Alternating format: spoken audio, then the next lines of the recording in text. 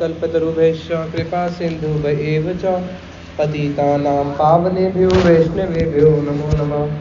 श्री कृष्ण चैतन्य प्रभु नित्यानंद, श्री अद्वैत गदाधर शिवसदि गौर भक्तवृंद। हरे कृष्णा कृष्णा कृष्णा हरे हरे, हरे राम राम राम हरे हरे। सर्वप्रथम दीक्षा गुरु पाद पद्म नितिल प्रविष्टो विष्णु पाद स्तोत्र। श्री श्रीमशील भक्ति वेदांत शीला नारायण गोसाई महाराज जी के चरणों में अनंत कोटि दंडवत प्रणाम ज्ञापन करते हुए उनसे हेतु कृपा की वांछा करता हूँ। तत्पश्चात नितिल प्रविष्टो विष्णु पाद स्तोत्र। श्री श्रीमशील भक्ति वेदांत शीला स्वामी महाराज जी के चरणों में अनंत कोटि दंडवत प्रणाम ज्ञापन करते हुए उनसे भी हेतु कृपा की वांछा करता हूँ। आप सब भक्त को मेरा यथा योग्य प्रणाम स्वीकार हो। हरे कृष्णा।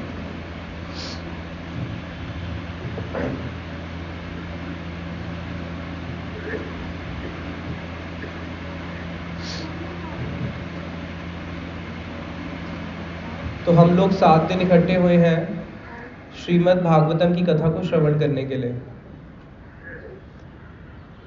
इस जगत में हम अपने लाइफ में बहुत सारे काम को प्रायोरिटीज देते हैं ना। जैसे सुबह उठेंगे, बच्चों को स्कूल जाना है तो पहले कपड़े धोएंगे या बच्चों के लिए खाना बनाएंगे? पहले बच्चों के लिए खाना बनाएंगे क्योंकि उनको स्कूल जाना है। तो हम अपने लाइफ में जितने भी हमारे काम है उसको हम प्रायोरिटीज देते हैं कि पहले कौन सा काम करना है, बाद में कौन सा करना है। किसी व्यक्ति के स्किन में एलर्जी हो गया, अब स्किन में एलर्जी हो गया, साथ में उसको कैंसर भी है, पहले किसका ट्रीटमेंट कराएगा, स्किन एलर्जी का या कैंसर का? पहले कैंसर का कराएगा। तो लाइफ में हम जो भी कार्य करते हैं उसको प्रायोरिटीज दी जाती है।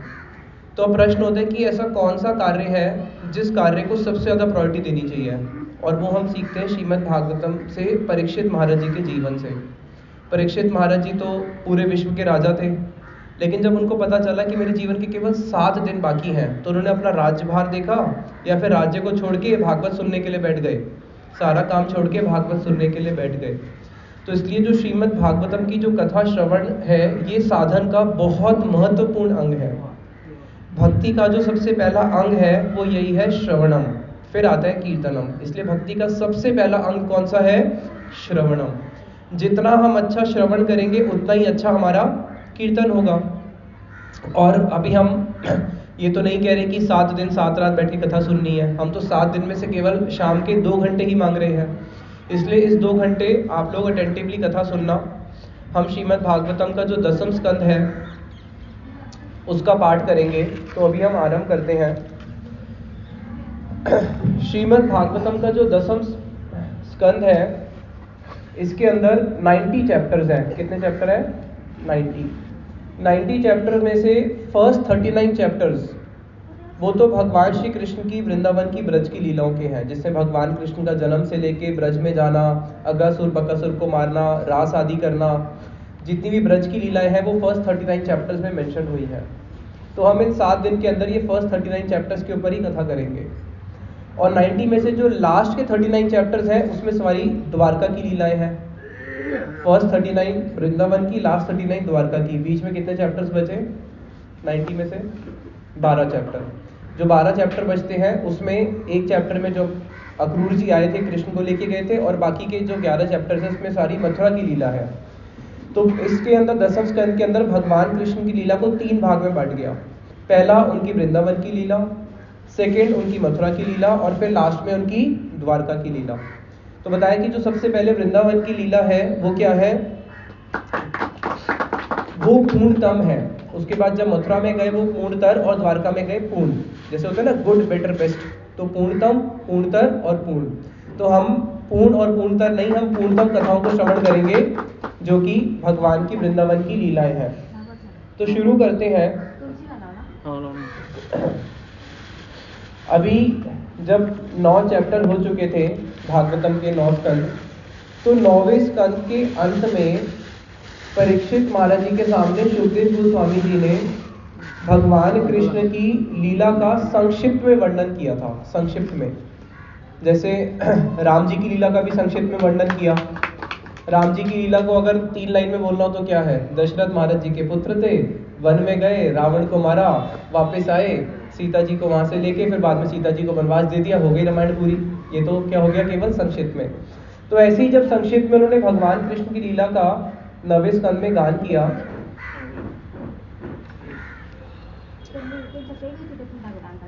उसको सुन के जो परीक्षित महाराज जी हैं उनकी उत्कंठा बढ़ जाती है। जैसे मानो किसी व्यक्ति का धन खो गया, अब उसको आशा नहीं है कि मेरा धन मिलेगा।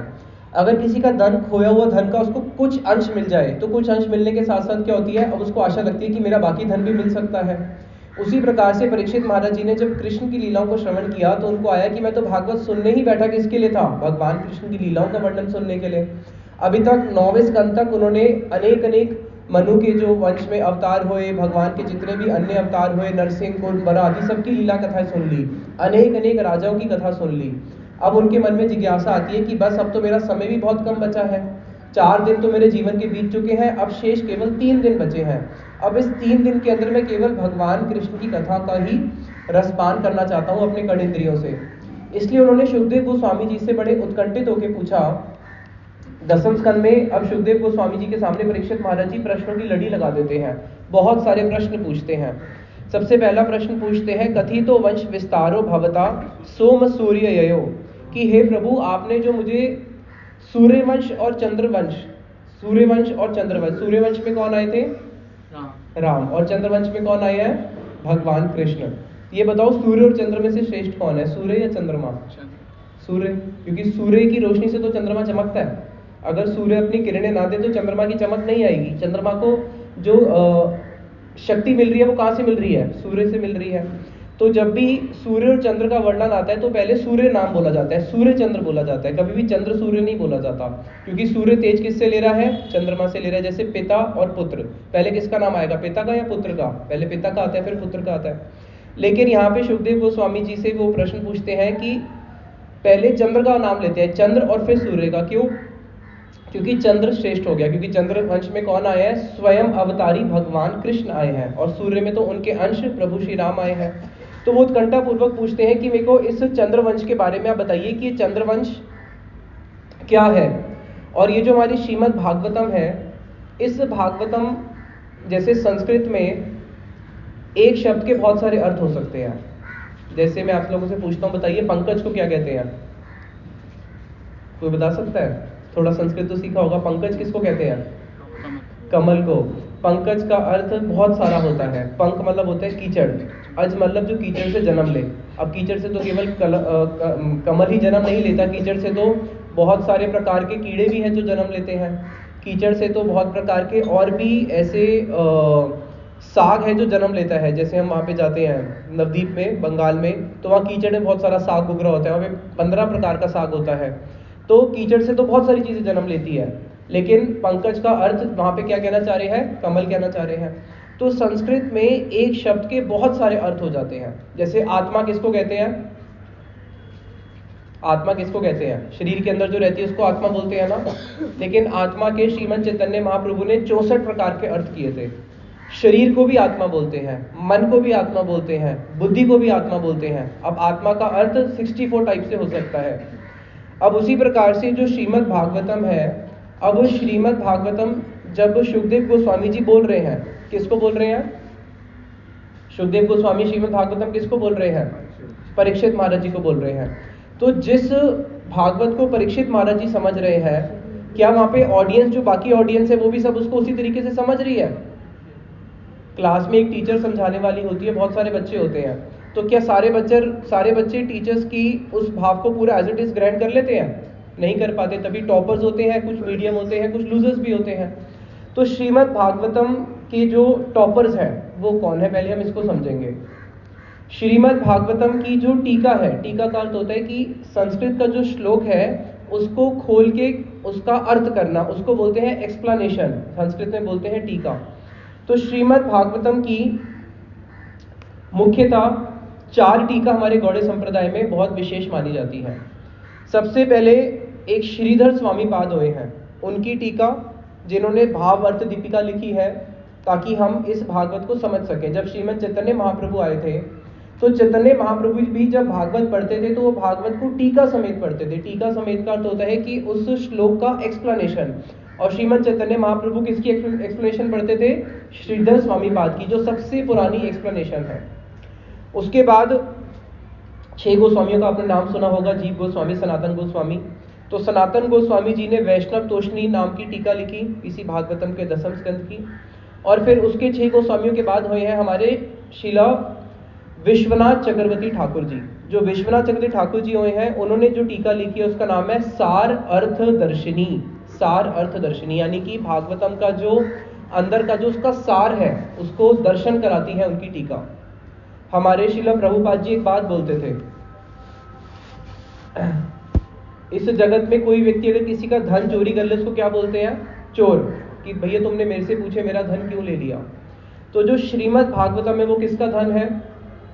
श्रीमद् भागवतम है वैष्णवों का धन। भगवान किसके धन है? भगवान भी है वैष्णवों के। इसलिए भगवान कहते हैं ना, तुम्हार हृदय सदा गोविंद विश्राम, गोविंद कहे मम वैष्णव प्राण, कि मैं तो भक्तों के हृदय में रहता हूँ और मैं अपने आप को अपने भक्तों को बेच चुका हूँ। अगर तुम मुझे प्राप्त करना चाहते हो तो क्या करो? मेरे भक्तों के पास चले जाओ, वो मुझे भी बेच सकते हैं। भगवान को बेचने की भी शक्ति कौन रखते हैं? भगवान के भक्त रखते हैं। तो भगवान के भक्तों का धन क्या है? भागवत और साक्षात भगवान श्री कृष्ण। तो जो भगवान के भक्त हैं वो ही अगर भागवत करते हैं, उनके मुख से भागवत सुनना, उनकी भागवत करना सार्थक होता है, भगवान उससे आनंदित होते हैं। लेकिन जो भगवान के भक्त नहीं है, जो कि भगवान के भक्त नहीं है, नॉन डिवोटीज हैं, अगर वो भागवत करते हैं तो उनका भागवत करना चोरी करना कहलाता है। श्रील प्रभुपाद जी बोलते थे क्योंकि भागवत किसका धन है? वैष्णवों का धन है। अगर कोई उसको नॉन वैष्णव यानी कि जो वैष्णव नहीं है वो उसका अगर पाठ करता है या उसको जाके लोगों को सुनाता है तो फिर वो चोर कहलाता है। लेकिन हम लोग भागवतम किनसे सुन रहे हैं? श्रीधर स्वामी पाद जी से, सनातन गोस्वामी जी से, शिला विश्वनाथ चक्रवर्ती ठाकुर जी से, जिन्होंने वास्तव में भागवत के अर्थ को समझा है।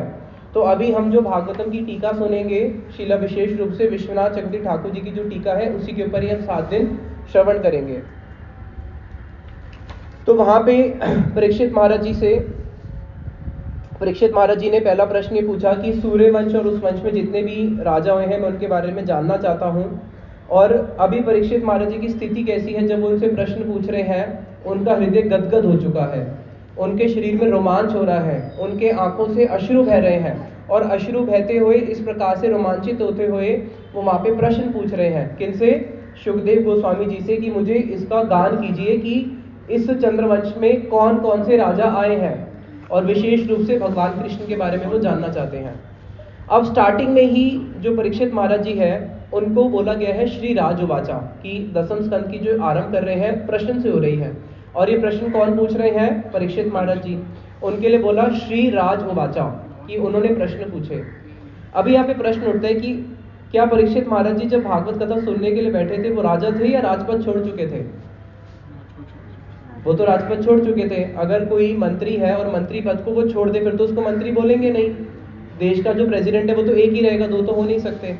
तो अभी प्रश्न ये होता है कि जब उन्होंने राज पद को तो छोड़ दिया था, वो एक अकिंचन की तरह बैठे हुए हैं साधु की सभा में, खाना पीना भी छोड़ चुके हैं, जो शरीर पे कपड़े हैं नहीं उसका भी उनको ज्ञान नहीं है, तो परीक्षित महाराज जी को राजोवाचा क्यों बोल रहे हैं? क्योंकि परीक्षित महाराज जी अब वास्तविक राजा बन चुके हैं। श्री राजोवाचा, श्री का मतलब होता है जिसके पास संपत्ति हो। कौन सी संपत्ति? अब परीक्षित महाराज जी के पास वास्तविक संपत्ति आई है जो उनसे कोई हर नहीं सकता। वो कौन सी संपत्ति है? वो है भगवान का प्रेम रूपी धन। इनको भगवान का श्री यानी कि भगवान का प्रेम रूपी धन प्राप्त हुआ, इसलिए वो कौन है? वास्तविक में राजा है। तो वहां पे राजा जी जब परीक्षित महाराज जी जब इस प्रकार से उनसे प्रश्न पूछते हैं और इन प्रश्नों को सुन सुन के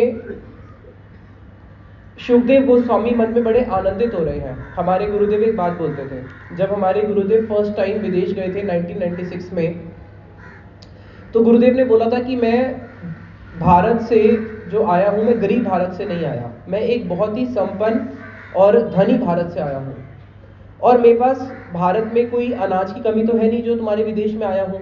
भारत में 2 वक्त की रोटी किसी को भी मिल जाती है। तो गुरुदेव बोले कि मैं यहाँ पे कुछ लेने के लिए नहीं आया, मैं विदेश में कुछ देने के लिए आया हूँ। तो जितने भी विदेशी थे वो सोच में पड़ गए कि भारत से तो जो भी साधु आता है वो कुछ ना कुछ मांगने के लिए आता है। यहाँ तक कि अगर हमारे मंत्री लोग भी बाहर जाते हैं विदेश में, क्या करने के लिए जाते हैं? उनसे कोई हेल्प लेने के लिए जाते हैं, मदद के लिए जाते हैं। और ये ऐसे साधु हैं जो बोल रहे हैं मैं कुछ मांगने के लिए नहीं आया, कुछ देने के लिए आया हूँ। तो गुरुदेव ने इस कंटेक्स्ट में एक बात बोली थी कि एक साधु को सबसे ज्यादा आनंद कब आता है, एक साधु को सबसे ज्यादा जीवन में आनंद तब आता है जिस वस्तु को वो देने के लिए आया है, अगर उस वस्तु को ग्रहण करने वाला कोई व्यक्ति उनको मिल जाए, उससे बड़े उनके आनंद की कोई सीमा नहीं रहती है। जिन्होंने सारे शास्त्र लिखे हैं उनका नाम बता सकते हो आप कौन है? जिन्होंने सारे वेद लिखे, पुराण लिखे, उपनिषद लिखे, उनका नाम क्या है? वेद व्यास। वेद व्यास जी को जीवन में एक ही दुख था, उनको ये दुख था कि जो मैंने श्रीमद् भागवतम लिखी है, इस श्रीमद् भागवतम को सुनने के लिए इस पूरे त्रिभुवन के अंदर मुझे कोई भी प्राणी नहीं मिल रहा। मैंने भागवतम लिख तो दी लेकिन सुनाऊं किसको? तो ये सबसे बड़ा उनका दुख होता है कि अगर जिस वस्तु को, जिस भगवत प्रेम को इस जगत में देने के लिए आए हैं, उसका कोई योग्य पात्र मिल जाए जिसको मैं दे सकूं और उसको वो ग्रहण कर सके। जैसे एक माता पिता, माता पिता का अगर कई बार देखा होगा आपने, ऐसा होता है कि उनकी जो संतान है कई बार थोड़ी डिफेक्टिव हो जाती है, कुछ बच्चे मेंटली रिटार्डेड होते हैं। अब पिताजी के पास बहुत धन है, अब उनको किस चीज़ की चिंता रहती है कि भाई मैं धन दूं तो दूं किसको? तो उसी प्रकार से वैष्णव जो इस जगत में आते हैं, वो इस जगत में जिस वस्तु को देने के लिए आए हैं, अगर उनको वो वस्तु लेने वाला मिल जाए तो वो अपना हृदय खोल के उसको दे देते हैं। तो वेद व्यास जी को ये चिंता लगी रहती थी कि मैं भागवतम सुनाऊं तो सुनाऊं किसको? इसलिए उनके पास फिर शुकदेव गोस्वामी उनके पुत्र के रूप में आए और उन्होंने भागवतम फिर किसको सुनाई? शुकदेव गोस्वामी को सुनाई। अब शुकदेव गोस्वामी जी को भी चिंता हो रही है कि मैंने तो अपने पिता से सुन ली, अब मैं आगे किसको सुना सकता हूँ? और शुकदेव गोस्वामी को फिर कौन मिलते हैं? परीक्षित महाराज जी मिलते हैं। इसलिए शुकदेव गोस्वामी अपना हृदय खोल खोल के परीक्षित महाराज जी के सामने रख देते हैं और परीक्षित महाराज जी के प्रश्नों को सुन के आनंदित होते रहते हैं। फिर आगे परीक्षित महाराज जी प्रश्न पूछते हैं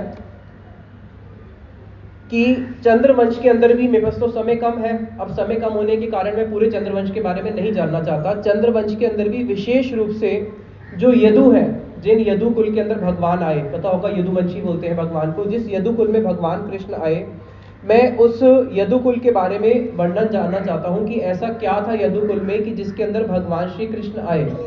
एक इससे पहले दसम स्कंद से पहले की ये कथा है। एक महाराज थे जिनका नाम था ययाति। जब ययाति महाराज जी अपने युवावस्था के अंदर उन्होंने बहुत सारी स्त्रियों का संभोग किया और किसी कारण से शुक्राचार्य जी ने उनको श्राप दिया था कि तुम जरा हो जाओ, जरावस्था यानी कि बूढ़े हो जाओ। जो ययाति महाराज बूढ़े हो गए, बूढ़े होने के बाद वो अब सोच रहे हैं कि अब तो मैं बुढ़ापे के अंदर स्त्री भोग नहीं कर सकता। अब उनके अंदर काम की जो वेग था बहुत प्रबल था। उन्होंने फिर शुक्राचार्य जी से जब प्रार्थना करी, शुक्राचार्य जी ने बोला हाँ मैं इतना कर सकता हूँ, अगर तुम अपना बुढ़ापा किसी के साथ एक्सचेंज कर लो तो तुम किसी की युवावस्था ले सकते हो। तो ययाति महाराज जी ने अपने ही पुत्र, इनके एक पुत्र थे जिनका नाम था यदु, अपने पुत्र को बोला कि हे पुत्र तुम एक काम करो, मेरा जरावस्था लेके अपनी युवावस्था मुझे दे दो। तो देखिए कि एक व्यक्ति काम के अंदर कितना अंधा हो सकता है कि अपने ही पुत्र से क्या मांग रहा है? उसकी युवावस्था मांग रहा है। तो यदु जो थे वो भगवान के भक्त थे। तो यदु जी ने सोचा अगर मैं अपने पिताजी को अपनी युवावस्था दे देता हूँ और उनका वृद्धावस्था ले लेता हूँ तो मैं भगवान का भजन कैसे करूंगा? अब वृद्धावस्था के अंदर क्या कोई व्यक्ति भगवान के धाम जा सकता है, तीर्थ यात्रा कर सकता है, भगवान की सेवा कर सकता है, वैष्णवों की सेवा कर सकता है? नहीं कर सकता। अगर हमें भगवान को फूल चढ़ाना है, कौन सा फूल चढ़ाएंगे? जो मुरझाया हुआ होगा या जो ताज़ा फूल होगा? ताज़ा फूल होगा। कोई ऐसा तो करेगा नहीं ना कि ताज़ा फूल तो पहले अपने आशिक को दे दिया, 2 दिन बाद जब वो पुराना हो गया फिर लाके वो भगवान को दे दिया, जब वो किसी काम का ही नहीं रहा। अब जब वो फूल किसी काम का ही नहीं रहा, उसको देने से भी क्या लाभ? वो तो कचरे में ही जाएगा। तो बता रहे हैं कि अब अगर मैं पिताजी की वृद्धावस्था ले लेता हूँ तो मैं भगवान की सेवा कैसे करूंगा? और ये मनुष्य जीवन किस लिए मिला है? भगवान की सेवा के लिए ही मनुष्य जीवन मिला है। जब भगवान ने ये मनुष्य जीवन बनाया था, जैसे हमारे घर में फ्रिज होता है, फ्रिज को अगर हम बंद कर दें तो उसके अंदर हम लाइब्रेरी की तरह बुक्स स्टोर कर सकते हैं या नहीं कर सकते? क्यों कर तो सकते हैं, क्या दिक्कत है? फ्रिज खराब हो गया, उसको लाइब्रेरी की तरह, बुक्स की तरह शेल्फ बना लो, दिक्कत क्या है? लेकिन फ्रिज का एक पर्पस है। क्या पर्पस है? वो वस्तु को, खाने की जो हमारी सामग्री है वो खराब ना हो, उसको एक टेम्परेचर में मेंटेन करता है। उसी प्रकार से जो मनुष्य जीवन मिला है वो किस लिए मिला है? मनुष्य जीवन जब भगवान ने बनाया तो भगवान ने बोला है मुकुंद एव सेवनम, कि जो मैंने मनुष्य जीवन बनाया है वो मैंने किस लिए बनाया है? मुकुंद एव सेवनम, केवल भगवान की सेवा के लिए बनाया है। ये मनुष्य जीवन जो बना है केवल एकमात्र भगवान की सेवा का ही इसका प्रयोजन है, इसका और कोई प्रयोजन नहीं है। आँख तो सब पशु जितने भी हैं, पशु पक्षी कीट पतंग, सबके पास आँख होती है, हमारे पास भी आँख है। हमारे पास दो पैर दो हाथ है, उनके पास भी 4 पैर होते हैं। हमारे पास भी नासिका है, उनके पास भी नासिका है। हमारे पास भी कर्ण इंद्रियां हैं, उनके पास भी कर्ण इंद्रियां हैं। हमारे पास भी त्वचा है, गर्मी सर्दी लगती है तो उसको भी गर्मी सर्दी लगती है। उसका शरीर भी किससे बना है? धरती जल अग्नि वायु काश से बना है। हमारा शरीर भी किससे बना है? धरती जल अग्नि वायु काश, इसी पंचतत्व से हमारा शरीर भी बना है। उसकी भी इंद्रियां सेम, हमारी भी इंद्रियां सेम, उसकी भी त्वचा सेम, हमारी भी त्वचा सेम। क्या पशु के पास मन नहीं होता? उसका भी मन होता है, हमारा भी मन होता है। पशु के अंदर आत्मा नहीं होती, उसमें भी आत्मा होती है, हमारे अंदर भी आत्मा होती है। तो अंतर क्या है? अगर साइंटिफिकली देखा जाए तो अंतर क्या है? बुद्धि पशु में भी होती है, हमारे में भी होती है, लेकिन हम उस बुद्धि को भगवान ने हमारा थोड़ा सा विकसित करके रखा। बुद्धि दोनों में है, लेकिन हमारी बुद्धि जो है वो भगवान को जान सकती है। हमारी इंद्रियां भगवान की सेवा कर सकती है, लेकिन पशु की इंद्रियां भगवान की सेवा नहीं कर सकती। वो अपने इंद्रियों, अपने मन से, बुद्धि से भगवान के बारे में कभी भी जान नहीं सकता है। तो वहां पे यदु महाराज जी अपने पिताजी को मना कर देते हैं कि नहीं पिताजी, मैं अपनी वृद्धावस्था, आपकी वृद्धावस्था लेके अपनी युवावस्था नहीं दूंगा। मैं अपनी युवावस्था आपको दे देता अगर आप भगवान की भक्ति करते, लेकिन आप तो इस युवावस्था से क्या करना चाहते हो? संसार में और भोग करना चाहते हो। तो भोग करने के लिए मेरा शरीर नहीं है, मैं तो भगवान का भजन करूंगा। अब यहाँ पे एक बात बताओ, यदु महाराज जी को दोष लगेगा या नहीं लगेगा? उन्होंने अपने पिताजी की आज्ञा का तो उल्लंघन किया। पिताजी की आज्ञा का उल्लंघन करना चाहिए। एक परशुराम जी थे, परशुराम जी का सुना है? परशुराम जी के पिता ने बोला जाके अपनी माँ का गर्दन काट दो। उन्होंने सीधा बोल लिया और जाके माँ की गर्दन काट दी। पिताजी बड़े प्रसन्न हुए, बोले वर मांगो। हाँ पिताजी वर ये, मेरी माता को वापस जीवित कर दो। माता को वापस जीवित कर दिया। तो माता पिता की तो आज्ञा माननी चाहिए, लेकिन यहाँ पे यदु जी ने अपने पिता की आज्ञा नहीं मानी। और यहाँ पे यदु जी ने जब अपने पिता की आज्ञा नहीं मानी, यही कारण हुआ भगवान श्री कृष्ण का यदुकुल में आविर्भूत होने का, यदुकुल में अवतीर्ण होने का। क्योंकि यदु जी ने किसको महत्वता दिया? भगवान की भक्ति को महत्वता दिया, ना कि संसार के संबंध को। इसलिए यदु, यहाँ पे पद्म पुराण का एक श्लोक बताया गया है गुरुदेव ने, मन निमित्तम कृतम पापम अपि धर्माय कल्पते, कि मेरे लिए किया हुआ पाप भी धर्म है। रावण का भाई कौन था? विभीषण। सुना ना, घर का वेदी, सुना है घर का वेदी क्या? लंका ढाए। तो विभीषण ने वहां पे क्या किया? विभीषण ने वहां पे जब घर का वेदी लंका ढाए, जब उसका पोल खोल दिया राम जी के सामने, तो वहां पे उसने धर्म किया या अधर्म किया? धर्म किया। भगवान के लिए किया हुआ पाप भी क्या होता है? धर्म होता है। एक छोटे से उपाख्यान से इसको समझने का प्रयास कीजिए। जब महाभारत युद्ध हो रहा था, तो महाभारत युद्ध के अंदर जो युधिष्ठिर महाराज जी हैं वो कैसे थे? सत्यवादी, सत्य काम, जो बोलेंगे वचन कभी झूठ बोलेंगे नहीं, और जो वचन बोल दिया उसको जीवन पालन करेंगे, चाहे प्राण भी चले जाए। तो जब युद्ध हो रहा था, युद्ध होते हुए अश्वत्थामा, एक हाथी भी था और एक योद्धा भी था। अब भगवान कृष्ण ने युधिष्ठिर महाराज जी को बोला कि तुम ये बोल दो कि अश्वत्थामा हता इति गजा, कि अश्वत्थामा मारा गया है, अश्वत्थामा मारा गया है, ये बोल दो अश्वत्थामा हता। अब युधिष्ठिर महाराज जी सोचे पड़ गए कि अश्वत्थामा तो हाथी मारा गया है, मैं कैसे बोलूं कि अश्वत्थामा योद्धा मारा गया है? भगवान बोले तुम ये मत बोलो हाथी मारा गया, ये योद्धा मारा गया, बस तुम इतना ही बोल दो कि अश्वत्थामा मारा गया है। उसके पिताजी को विश्वास हो जाएगा कि युधिष्ठिर महाराज जी कभी झूठ नहीं बोल सकते। अगर युधिष्ठिर महाराज जी बोल रहे तो अश्वत्थामा मारा ही गया है। अब युधिष्ठिर महाराज जी ने भगवान कृष्ण के वचनों को पालन करना था, और साथ ही साथ में उनके सामने एक धर्म संकट था, मैं कभी झूठ बोलता नहीं हूँ। अब युधिष्ठिर महाराज जी के सामने एक ऐसी धर्म संकट आ गया कि मैं सच बोलूं या भगवान कृष्ण के वचन बोलूं। भगवान कृष्ण के वचन बोलूंगा तो मैं झूठा हो जाऊंगा, और भगवान कृष्ण के अगर वचन नहीं भी बोलता तो भगवान ने हमारी इतनी मदद करी है, मैं उनको मना भी नहीं कर सकता। तो फिर युधिष्ठिर महाराज जी ने सोचा चलो मैं दोनों ही बोल देता हूँ, भगवान के वचन भी बोल देता हूँ, सच भी बोल देता हूँ। भगवान ने बोला था कि तुमने ये बोलना है अश्वत्थामा हता, कि अश्वत्थामा मारा गया है। तो युधिष्ठिर महाराज जी ने क्या किया?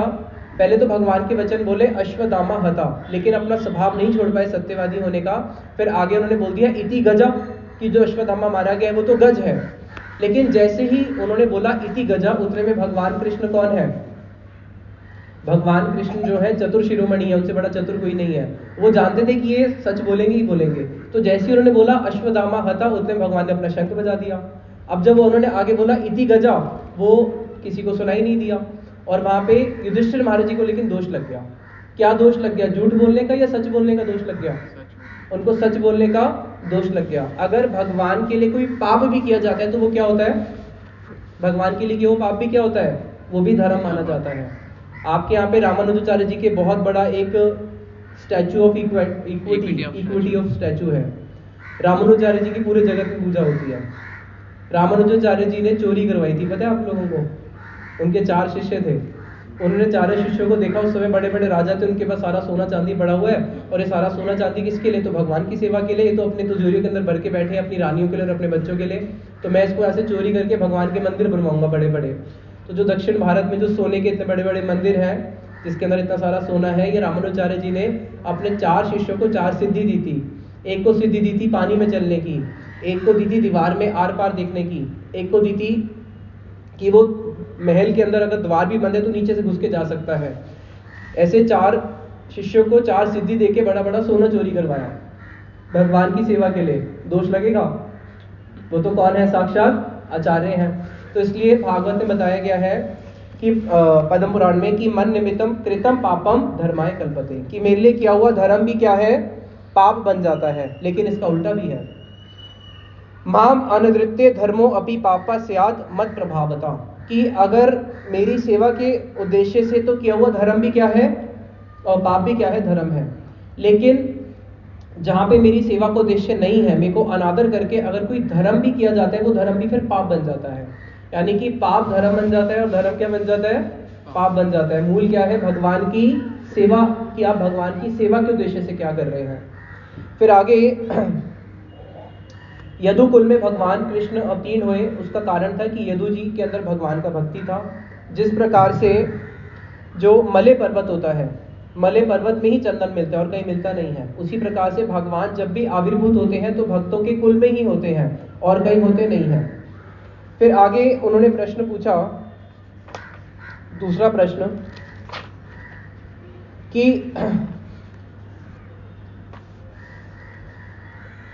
एक आप लोगों से प्रश्न पूछता हूं, विष्णु जी कृष्ण के अवतार हैं या कृष्ण विष्णु के अवतार हैं? इस साधारण संसार में लोग क्या समझते हैं? साधारण जगत में लोग क्या मानते हैं कि कृष्ण किसके अवतार है? विष्णु के अवतार है। किसी से पूछो सब लोग क्या बोलते हैं? कृष्ण विष्णु के अवतार है। हम एक बार ही जयपुर में कथा कर रहे थे, जब हमने बताया कि नहीं, कृष्ण स्वयं भगवान है और विष्णु जी उनके अवतार है। तो वहाँ की जो गोपीनाथ मंदिर था, वहाँ की जो सारी माताएं थी, जो सभा मंडली बैठी थी, बोली पंडित जी ये तो बड़ी अजीब बात है, आप तो उल्टी गंगा बहाने के लिए आगे जयपुर में। ये तो हमने पहली बार सुना है कि कृष्ण विष्णु के मूल है। सब पूरी दुनिया जानती है कि भगवान कृष्ण किसके अवतार है? विष्णु के अवतार है। अब यहाँ पे परीक्षित महाराज जी ने प्रश्न पूछा है। परीक्षित महाराज जी प्रश्न पूछ रहे हैं कि जो भगवान के अंश अवतार यदुकुल में आए थे, मैं उनके बारे में जानना चाहता हूँ। अब साधारणतः जब परीक्षित महाराज जी प्रश्न पूछ रहे हैं कि यदुकुल में जो अंश अवतार आए थे, तो सब क्या सोचेंगे कि यदुकुल में तो भगवान कृष्ण आए थे, और वो कौन से अवतार हैं? परीक्षित महाराज जी पूछ रहे हैं अंश अवतार। इसलिए एक पुराण की कथा है जिसके अंदर विष्णु जी क्षीर सागर पे लेटे हुए हैं। जब विष्णु जी क्षीर सागर पे लेटे हुए हैं, वहाँ पे सारे देवता ब्रह्मा उनके पास जाके पहुँचते हैं, कंस के अत्याचार के बारे में बताते हैं। तो विष्णु जी क्या करते हैं, अपने एक ऐसे बाल निकालते हैं, और जब उन्होंने अपने बाल खींचे, 2 बाल निकले, एक काला और एक सफेद, और दोनों बालों को उन्होंने जब फेंका तो गोरे वाले बाल से, सफेद बाल से बलराम जी प्रकट हो गए, काले वाले बाल से कृष्ण प्रकट हो गए। अब ये पुराण में एक कथा पाई जाती है संस्कृत में। संस्कृत का बताया था ना, बहुत सारे अर्थ हो सकते हैं। अब साधारणतः लोग क्या सोचते हैं कि भगवान तो कौन हो गए? भगवान कृष्ण विष्णु जी के केश अवतार हो गए, इसलिए उनका नाम हो गया केशव, कि उनके केश से उन्होंने अवतार लिए, इसलिए वो हो गए केशव। लेकिन ऐसा नहीं है। इसको चिलजीव गोस्वामी जी ने वर्णन किया है कि पहली बात, अगर केश का अर्थ होता है शोभा, केश का अर्थ केवल बाल नहीं होते हैं। अगर हम ये बात माने कि उन्होंने 2 केश ऐसे फेंके और उससे कृष्ण और बलराम आ गए, ये पूरे जगत में प्रचलित है, तो विष्णु जी के बाल कभी गोरे होते हैं या काले होते हैं? भगवान कभी बूढ़े होते हैं जिनके बाल गोरे होंगे, या उनको डाई करनी पड़ती है? भगवान की तो वयस कब तक रहती है? 16 साल। 16 साल के बाद उनकी वयस बढ़ती नहीं है, इसलिए भगवान के बाल तो कभी सफेद हो ही नहीं सकते हैं। तो वहाँ पे जो केश का अर्थ है, वहाँ पे अर्थ था शोभा, कि भगवान ने उनको 2 शोभा के दर्शन कराए, 2 ज्योति के दर्शन कराए, एक सफेद ज्योति और एक काली ज्योति, और दिखाया कि ये दोनों हैं जो अब आएंगे, जो मेरे भी मूल है। इसलिए ब्रह्म विवत पुराण में वर्णन आता है, जब ब्रह्मा जी उनके पास पहुंचते हैं, भगवान विष्णु जी के पास, तो विष्णु जी ब्रह्मा जी को बोलते हैं कि देखो, जब भी यहाँ पृथ्वी में संकट आता है ना, मैं अनेक अनेक बारी अवतार लेके आया हूँ, लेकिन इस बारी मैं नहीं आने वाला। इस बारी तो आपकी अर्जी हेड ऑफिस तक लगनी चाहिए, गोलोक वृंदावन से मेरे भी जो मूल है वो आएंगे।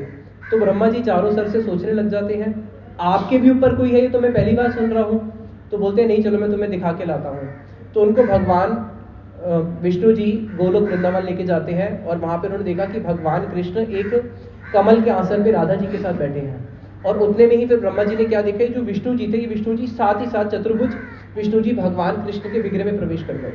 और उसके बाद केवल विष्णु जी ही नहीं, इससे पहले जितने भी अवतार हो चुके हैं, कूर्म, वराह, मत्स्य, नरसिंह, सबके सब अवतार को देख रहे हैं, असंख्य अवतार भगवान कृष्ण के अंदर प्रवेश करते जा रहे हैं।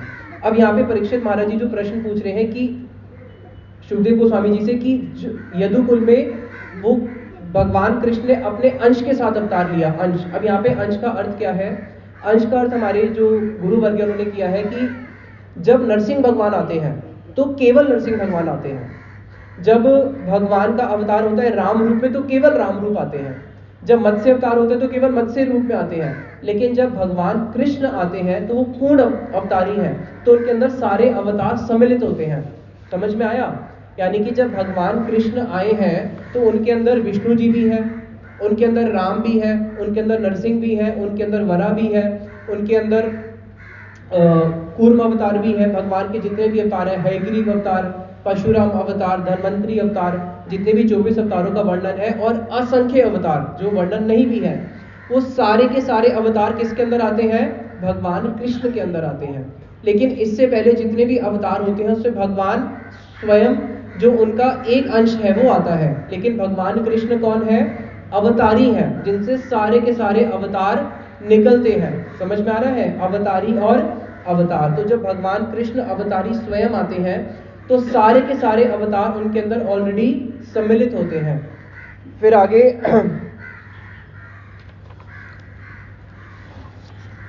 परीक्षित महाराज जी फिर एक श्लोक बोलते हैं, बहुत इंपॉर्टेंट श्लोक है ये। निवृत्त तर्षिर उपगीय मानात। अब परीक्षित महाराज जी जब प्रश्न पे प्रश्न पूछे जा रहे हैं, सुखदेव गोस्वामी अभी कुछ उत्तर नहीं दे रहे, केवल हर्षित हो रहे हैं उनके प्रश्न सुन के।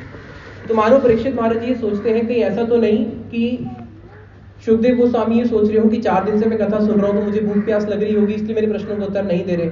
इसलिए फिर एक श्लोक बोलते हैं परीक्षित महाराज जी, निवृत्त तर्षिर उपगीय मानात भव औषधा श्रोत्र मनो अभिरमात का उत्तम श्लोक गण अनुवादात पुमान विरजरेत या पशुघनात। कि निवृत्त तर्षिर उपगीय मानात, तर्षिर का मतलब होता है प्यास, भूख प्यास।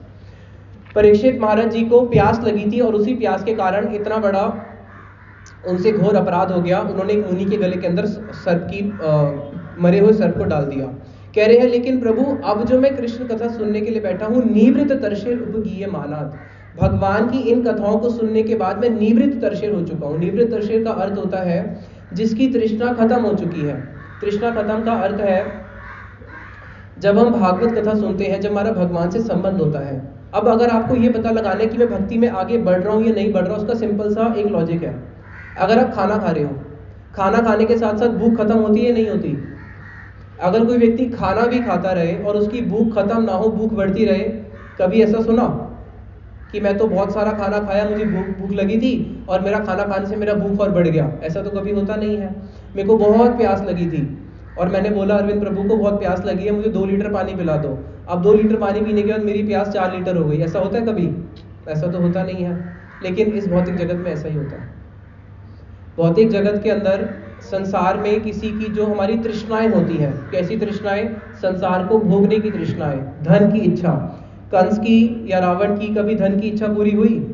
जिसके पास 2 है वो 4 चाहता है, 4 वाला 8 चाहता है, 8 आ जाए तो 16 चाहता है, 16 32 चाहता है। राजा महाराजा बनना चाहता है, महाराजा इंद्र बनना चाहता है। इंद्र भी सुखी नहीं है, इंद्र क्या बनना चाहता है? ब्रह्मा बनना चाहता है। तो इस संसार की जो तृष्णा है वो कभी खत्म नहीं होती है। इस संसार की तृष्णा किनकी खत्म होती है? निवृत्त तर्षिर उपगीय मानात। जो भगवान श्री कृष्ण की कथाओं को श्रवण करते हैं उसके फलस्वरूप क्या होता है? हमारी संसार की तृष्णा खत्म हो जाती है। लेकिन जब तक भगवान की कथाओं को किसी ने श्रवण नहीं किया, उसकी संसार की तृष्णा कभी खत्म हो ही नहीं सकती है। इसलिए आप देखो मनुष्य तो बहुत उच्च जाति है, अगर हम नीचे जाति भी देखें, एक चींटी होती है। चींटी 4 पैर पे जाती है, गुड़ के ढेले से गुड़ इकट्ठा करती है। अब वो चींटी इतना गुड़ इकट्ठा कर लेती है, देखा ना चींटियां घर के अंदर छोटे छोटे घोंसले बना लेती है। अब उसके अंदर वो इकट्ठा करती रहती है। उसके अंदर इकट्ठा करने की प्रवृत्ति है या नहीं है?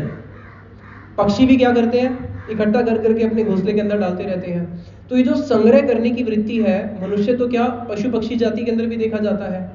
तो ये जो संग्रह करने की वृत्ति, अब चींटी इतना सारा इकट्ठा कर लेती है, वो पूरा जीवन भी उसको भोग नहीं कर सकती, मर जाएगी, किसी के भी पैर के नीचे आके उसने दब के मर जाना है। लेकिन फिर भी क्या करती है, संग्रह करती रहती है। भगवान हमें 2 पैर दे या भगवान हमें पशु के रूप में 4 पैर दे दे, 4 पैर के अंदर भी हम लोग भागते रहते हैं उस तृष्णा से आतुर होके संग्रह की वृत्ति को लेके। 4 पैर के बाद अगर भगवान, ऐसे ऐसे पशु भी हैं जिनके 8 पैर होते हैं, ऐसे भी पशु हैं जिनके 100 पैर होते हैं। एक कीड़ा है जिसके 100 पैर होते हैं, वो भी क्या करता है, मकड़ी के 8 पैर होते हैं, वो भी क्या करती है, जाल बनाती रहती है, मच्छर उसमें आके पड़े रहते हैं, पूरा जीवन खा नहीं पाएगी, लेकिन तब भी तृष्णा कभी भी शांत नहीं होती है। लेकिन जब कोई व्यक्ति भगवान की कथाओं को श्रवण करता है, भगवान की कथा का ऐसा प्रभाव है कि उस कथा का अगर कोई वास्तविक में अपने कर्ण से पान करके उसको अपने हृदय में ले जाए, तब जाके उसकी संसार की तृष्णा खत्म हो जाती है। और संसार की तृष्णा अगर खत्म नहीं हुई, मानो अंतिम समय आ गया, अंतिम समय में भी हमारी संसार की तृष्णा खत्म नहीं हुई है, संसार भोग की इच्छा है, तो अगला जन्म कौन सा मिलेगा? कोई ना कोई इस संसार में वापस आना ही पड़ेगा। क्यों? क्योंकि तृष्णा खत्म हुई नहीं है। इसलिए अगर कोई अपने संसार की इस तृष्णा को बुझाना चाहता है, जैसे कभी देखो आपको पानी की प्यास लगती है, अब पानी की प्यास में आप जितना भी कोल्ड ड्रिंक पी लो, शांत होगी?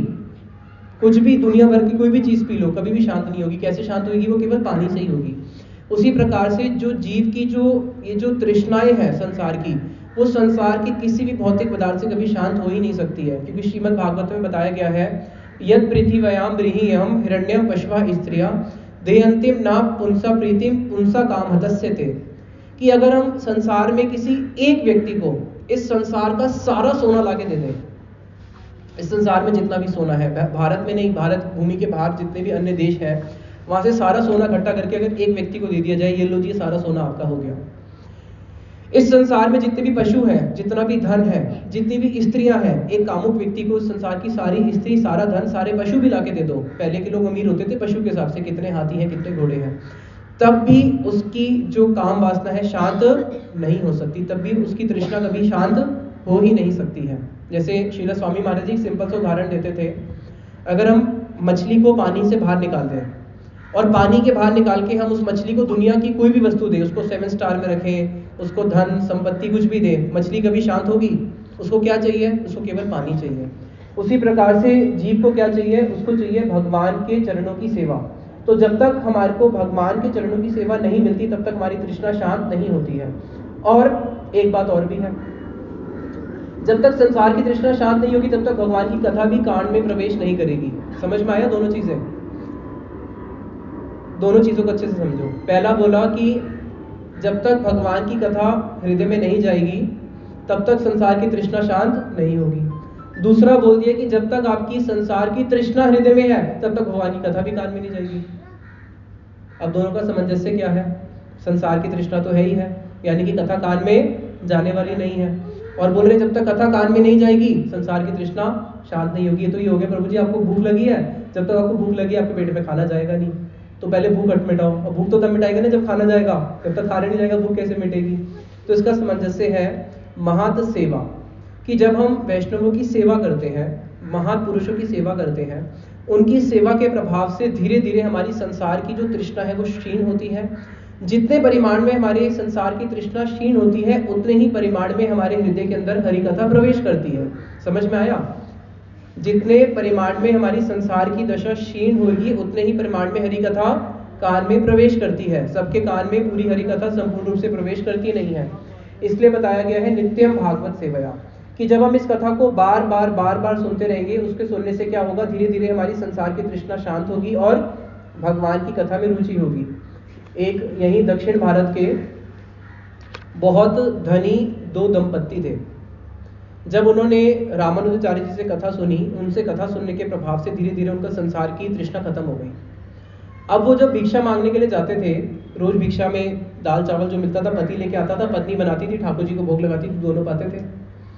अब एक दिन क्या हुआ, उनके पति भिक्षा लेने के लिए जो उस समय के जो राजा और रानी थे उनके घर पे चले गए, और रानी भी भक्त थी। रानी ने देखा कि अरे ये भक्त हैं, इतनी गरीबी में अपना जीवन काट रहे हैं, रोज भिक्षा मांगने जाते हैं, तो मैं एक काम करती हूँ, उनकी झोली के अंदर चावल और दाल के साथ मैं कुछ मणियाँ भी डाल देती हूँ। तो उसके अंदर उसने बहुत सारी मणियाँ भी भर दी।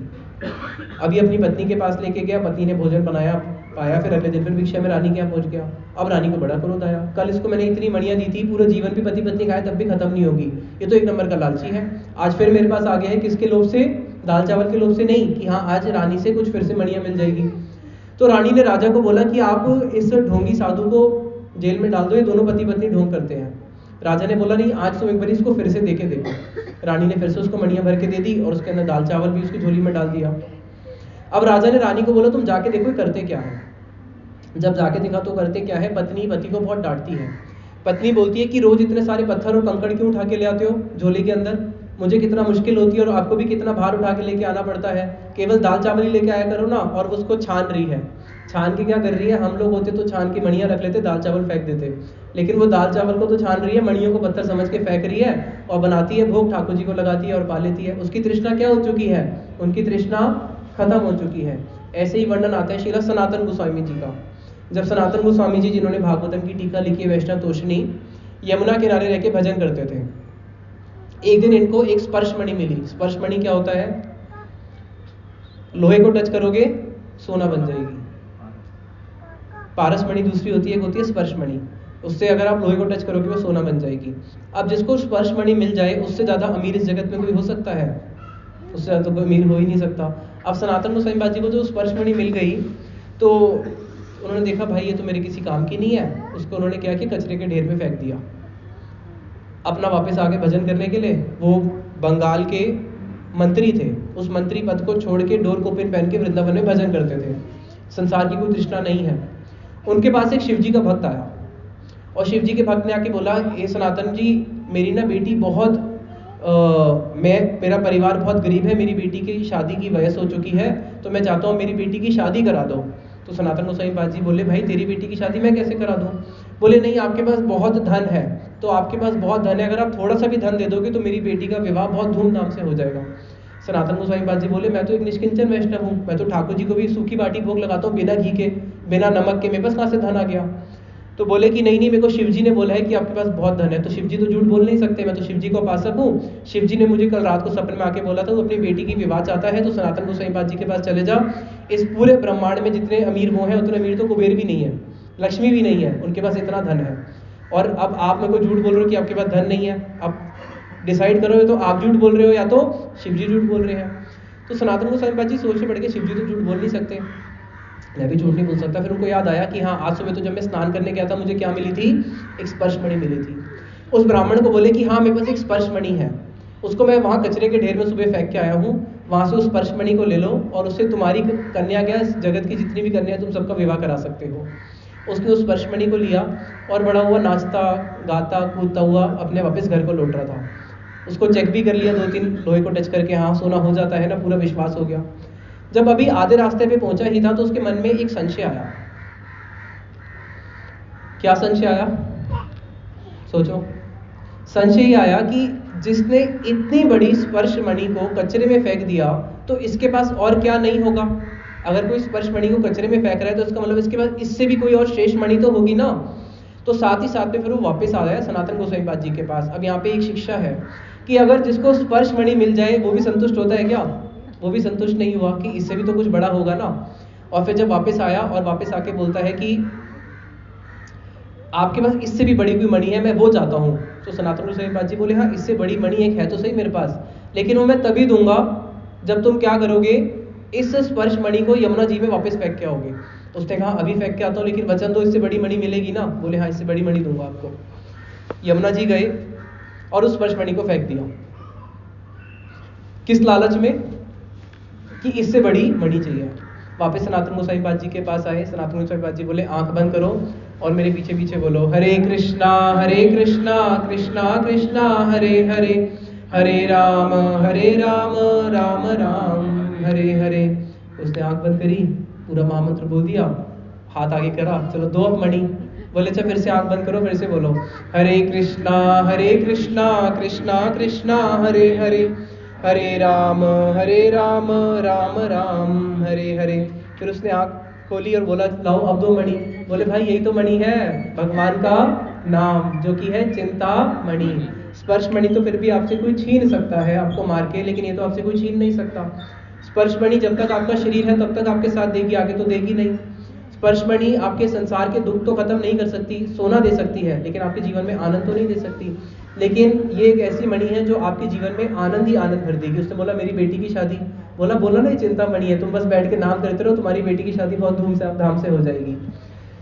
तो इसलिए भगवान की जो कथा है, भगवान की कथा को कौन से ऐसे व्यक्ति हैं जो उसका पान नहीं करेंगे? बताया कि जो पशु तुल्य है। पशु तुल्य कौन है? बताया जो संसार में संसारिक सुख चाहते हैं। जितने भी जीव इस जगत में संसारिक सुख चाहते हैं, श्रीमद् भागवत में बताया गया वो सब पशु तुल्य हैं। तो संसार में जो पशु है वो भी क्या चाहता है? पशु भी क्या चाहता है? बताओ, पशु का घर नहीं होता, उसका भी घर होता है, उसकी बीवी नहीं होती, उसके बच्चे नहीं होते, उसका भी होता है, उसका भी अपना संसार होता है। तो पशु क्या चाहता है? पशु केवल संसारिक सुख चाहता है। अगर हम लोग मनुष्य जीवन प्राप्त करने के बाद केवल संसारिक सुख के पीछे भागते हैं तो भागवत बोलती है कि हम सब कौन है? द्विपद पशु, दो पैर वाले पशु। और जब हम चाहते ही संसारिक सुख है तो फिर भगवान अगले जीवन में मनुष्य जीवन देंगे क्यों? भगवान ने मनुष्य जीवन दिया था अपनी सेवा के लिए, ठीक है, तुमने अपनी सेवा नहीं करनी, सिर्फ अपने बच्चों की, अपने परिवार की सेवा करनी, तो ठीक है पशु बन जाओ, पशु भी तो करता ही है। आगे फिर परीक्षित महाराज जी प्रश्न पूछते हैं कि जिन भगवान श्री कृष्ण के चरण कमलों की नौका को संपूर्ण रूप से आश्रय लेकर मेरे पिता यानी कि पांचों पांडव, मेरे ये जो पांचों पांडव थे, मेरा पूरा कुल भगवान श्री कृष्ण के चरणों का आश्रय लेकर उन्होंने इतना बड़ा महाभारत, जो कि एक तिमिंगिल के समान एक सागर था, जहाँ पे भीष्म पितामह जैसे लेके, कर्ण से लेके, दुर्योधन से लेके, अश्वत्थामा से लेके, द्रोणाचार्य से लेके, कृपाचार्य से लेके, एक से एक वर्ण तिमिंगिल बैठे थे। तो कैसे इन पांचों पांडवों ने इस भगवान कृष्ण की नौका का आश्रय लेके इतने बड़े उसको पार किया। और तो कहना ही क्या, मैं तो पूरा हत हो चुका था, ब्रह्मास्त्र गर्भ के अंदर प्रवेश कर चुका था, मेरी भी हत्या आ चुकी थी, और वही भगवान कृष्ण जिन्होंने मेरी माँ उत्तरा के घर में प्रवेश करके मेरी रक्षा करी, मैं उन कृष्ण की कथा का, उनकी लीला का, उनकी चरितावली का आपके मुख से श्रवण करना चाहता हूँ। जो महाभारत युद्ध था, उस महाभारत युद्ध के अंदर पांचों पांडव कभी भी जीत नहीं सकते थे, क्योंकि अगर पूर्व पक्ष में देखा जाए, भीष्म पितामह बिल्कुल अमर जैसे, कर्ण बिल्कुल अमर जैसा, द्रोणाचार्य, कृपाचार्य, उनको पांचों पांडव मार नहीं सकते। तो ये जो पूरा का पूरा जो युद्ध जीता इन्होंने, इसमें केवल भगवान श्री कृष्ण की कृपा से ही उसको उन्होंने जीता। उसके बाद परीक्षित महाराज जी का जो पांडवों का वंश तो पूरा खत्म हो ही गया था, ब्रह्मास्त्र ने प्रवेश कर लिया था गर्भ में, लेकिन उस ब्रह्मास्त्र से भी जो रक्षा करी किसने करी? भगवान श्री कृष्ण ने ही करी। तो मैं ऐसे भगवान श्री कृष्ण के बारे में श्रवण करना चाहता हूँ। अब आगे प्रश्न पूछते हैं, बलराम जी को आपने इससे पहले वाले स्कंद में बलराम जी को कहीं पे बोला हुआ है कि वो रोहिणी पुत्र है, और कहीं पे बोला है वो देवकी पुत्र है। तो क्या एक ही पुत्र दो माँ के गर्भ से जन्म ले सकता है? एक ही शरीर में तो नहीं ले सकता। एक पुत्र दो माँ का तब उसके साथ संबंध हो सकता है जब एक शरीर में एक के साथ जन्म ले, फिर अगले जन्म में किसी दूसरे माँ के गर्भ से जन्म ले। तो कैसे बलराम जी एक ही शरीर के अंदर वो दो माताओं के गर्भ से उनका संबंध कैसे हुआ? बलराम जी रोहिणी जी के पुत्र है या देवकी के पुत्र है? दोनों के ही पुत्र हैं। तो ये कैसे संभव हो सकता है? ये उन्होंने प्रश्न पूछा। फिर उन्होंने प्रश्न पूछा कि भगवान कृष्ण तो पूरे जगत का पालन करने के लिए आते हैं, तो भगवान कृष्ण ने मेरे ये जो अपने मामा लगे कंस, तो भगवान कृष्ण तो बहुत दयामय कृपामय है, उन्होंने कंस का वध क्यों किया? और भगवान कृष्ण मथुरा में जन्म लेके ब्रज में क्यों गए, और जब ब्रज में जाना ही था फिर ब्रज से वापस मथुरा क्यों आए? तो इन सारे प्रश्नों का मैं विस्तार से उत्तर चाहता हूँ। और जो जो प्रश्न मैंने आपसे नहीं पूछे हैं, कृपया करके उन प्रश्नों का भी मुझे उत्तर दीजिए। मैं अपने अंतिम समय के अंदर भगवान कृष्ण की जो लीला कथाएं हैं उसका गान आपके मुख से श्रवण करना चाहता हूँ। इस प्रकार से वो आतुर होकर उन्होंने एक से एक कर सारे प्रश्न पूछ रहे हैं। उसके बाद अभी हम छोटा सा कीर्तन श्रवण करते हैं, महामंत्र, फिर हम सुनेंगे कि कैसे शुकदेव गोस्वामी जी ने परीक्षित महाराज जी के इन सारे प्रश्नों के उत्तर में भागवतम का 10वां स्कंद पूरा कृष्ण की लीलाओं का गान किया है।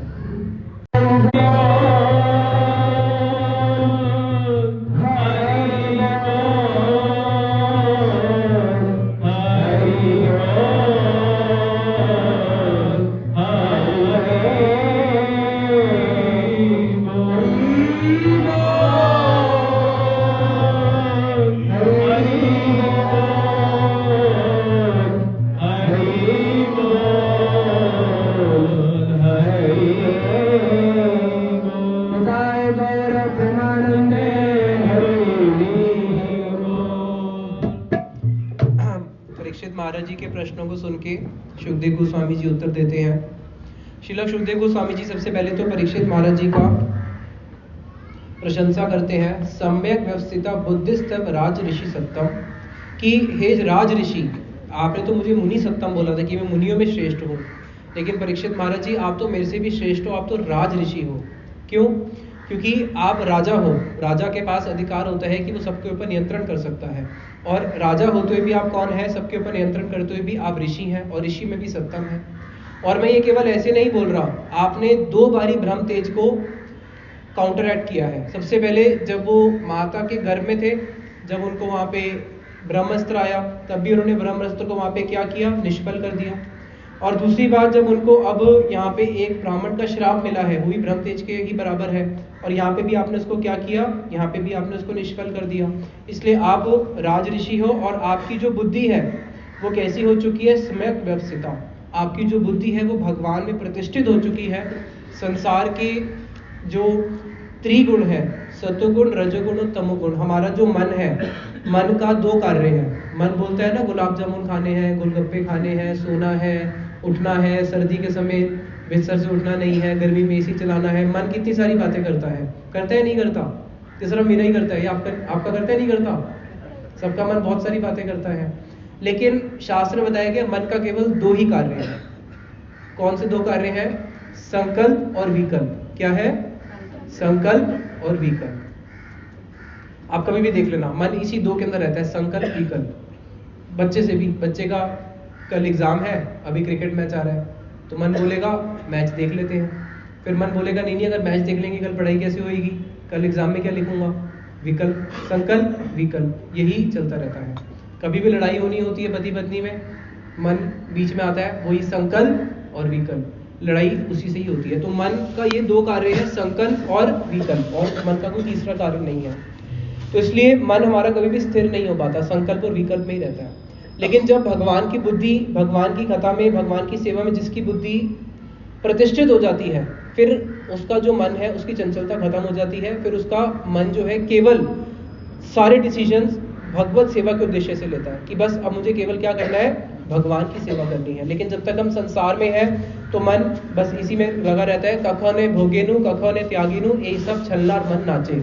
यहाँ तक कि भक्ति में आने के बाद भी कभी तो मन भोगी बन जाता है, कभी त्यागी बन जाता है, कभी त्याग का वश ले लेता है कि मैं त्यागी बन गया, और कभी फिर भोगी बन के सारी इंद्रियों के ऊपर राजा बन जाता है। तो ये जो मन है, ये मन संकल्प विकल्प भोग त्याग में लगा रहता है। लेकिन जब भगवान की सेवा में जिस दिन से हमारी बुद्धि प्रतिष्ठित हो जाती है, उस दिन से मन का भटकना बंद हो जाता है। इसलिए कई लोग कहते हैं ना, अपने मन को कैसे कंट्रोल करें? तो मन के जो स्वामी है वो कौन है? ऋषिकेश सेवनम। मन के जो स्वामी है वो कृष्ण है। जब तक ये अपने स्वामी के पास नहीं जाएगा, भटकता रहेगा। इसलिए मन को क्या करो? उनके स्वामी के पास दे दो। जब तक हमने अपने मन अपने स्वामी को नहीं दिया, तब तक ये हमारा मन इस संसार में भटक रहा है, और कितने कितने जन्मों से भटक रहा है, उसकी कोई गिनती नहीं है, और आगे भी कितने जन्मों तक भटकता रहेगा। हमारे एक महाराज जी हैं, वो बोलते थे कि सामने जब कोई अच्छी खाने की चीज़ आ जाती है तो मन बड़ा होता है, अरे कितनी अच्छी मिठाई आ गई, गरम गरम दूध पीने को मिल गया, या पनीर की सब्जी मिल गई। तो महाराज जी बोलते थे कि इस जन्म के अंदर ही देखा जाए तो हम कितने ट्रक मिठाई खा चुके होंगे, कितने ट्रक हम दूध पी चुके होंगे, कितने ट्रक हम कितनी सारी चीज़ें खा चुके होंगे। और अगर पूर्व जन्मों का देखा जाए तो फिर कोई गिनती नहीं है। लेकिन तब भी मन संतुष्ट हुआ आज तक? ये मन कभी संतुष्ट होता नहीं है, संकल्प विकल्प पे ही पड़ा रहता है। तो कह रहे हैं कि आपकी जो बुद्धि है वो भगवान में प्रतिष्ठित हो चुकी है।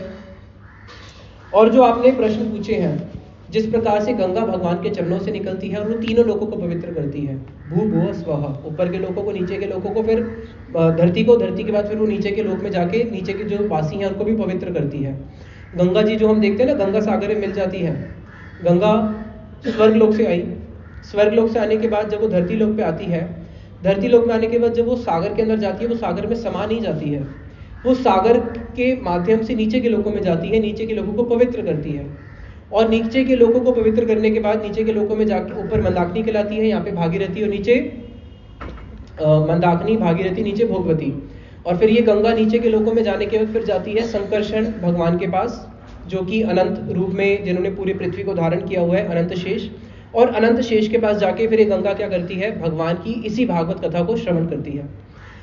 तो जिस प्रकार से गंगा तीनों लोगों को पवित्र करती है, उसी प्रकार से जो परीक्षित महाराज जी ने प्रश्न पूछा है, सुखदेव गोस्वामी कह रहे हैं ये भी तीनों लोगों को पवित्र करेगा। प्रश्नकर्ता को, जिसने प्रश्न पूछा, कथा करने वाले जो उन प्रश्न का उत्तर दे रहे हैं, और हम श्रोताबिंद जो उन दोनों के क्वेश्चन आंसर्स को हम लोग आज बैठ के श्रवण कर रहे हैं।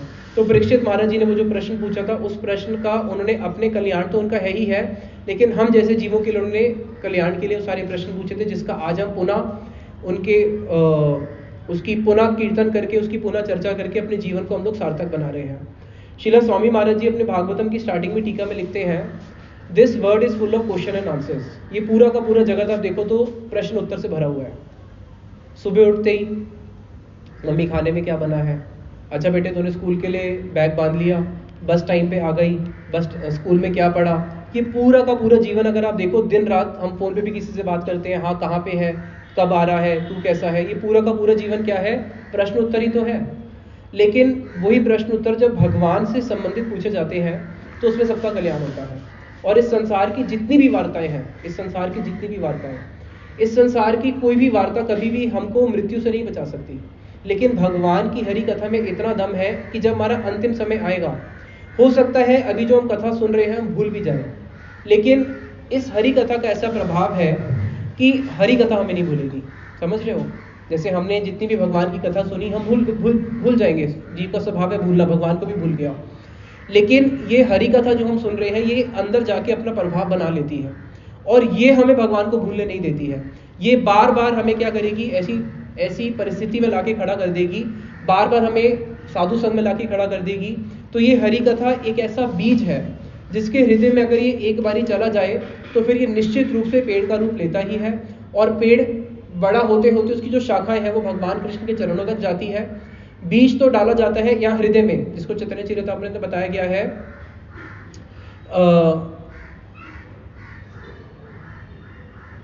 सेई बीज करे आरोपण, श्रवण कीर्तन जले करे सिंचन।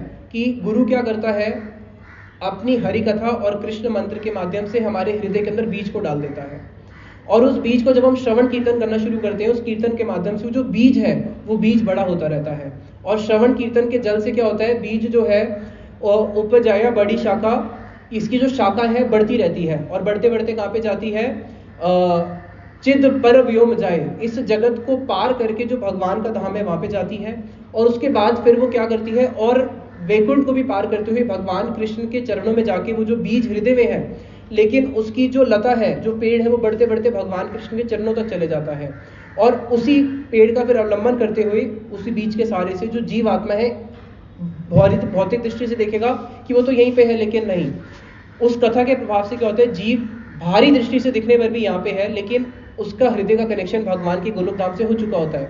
और जब सिद्धि का समय आता है, फिर वो आत्मा क्या करती है, उस वृक्ष का अवलंबन करते हुए भगवान श्री कृष्ण के चरणों रूपी जो कल्प वृक्ष है वहां पे जाके फिर वो आश्रय ग्रहण करती है। इसलिए कह रहे हैं कि आपकी बुद्धि जो है वो भगवान की हरि कथा में स्थित हो चुकी है।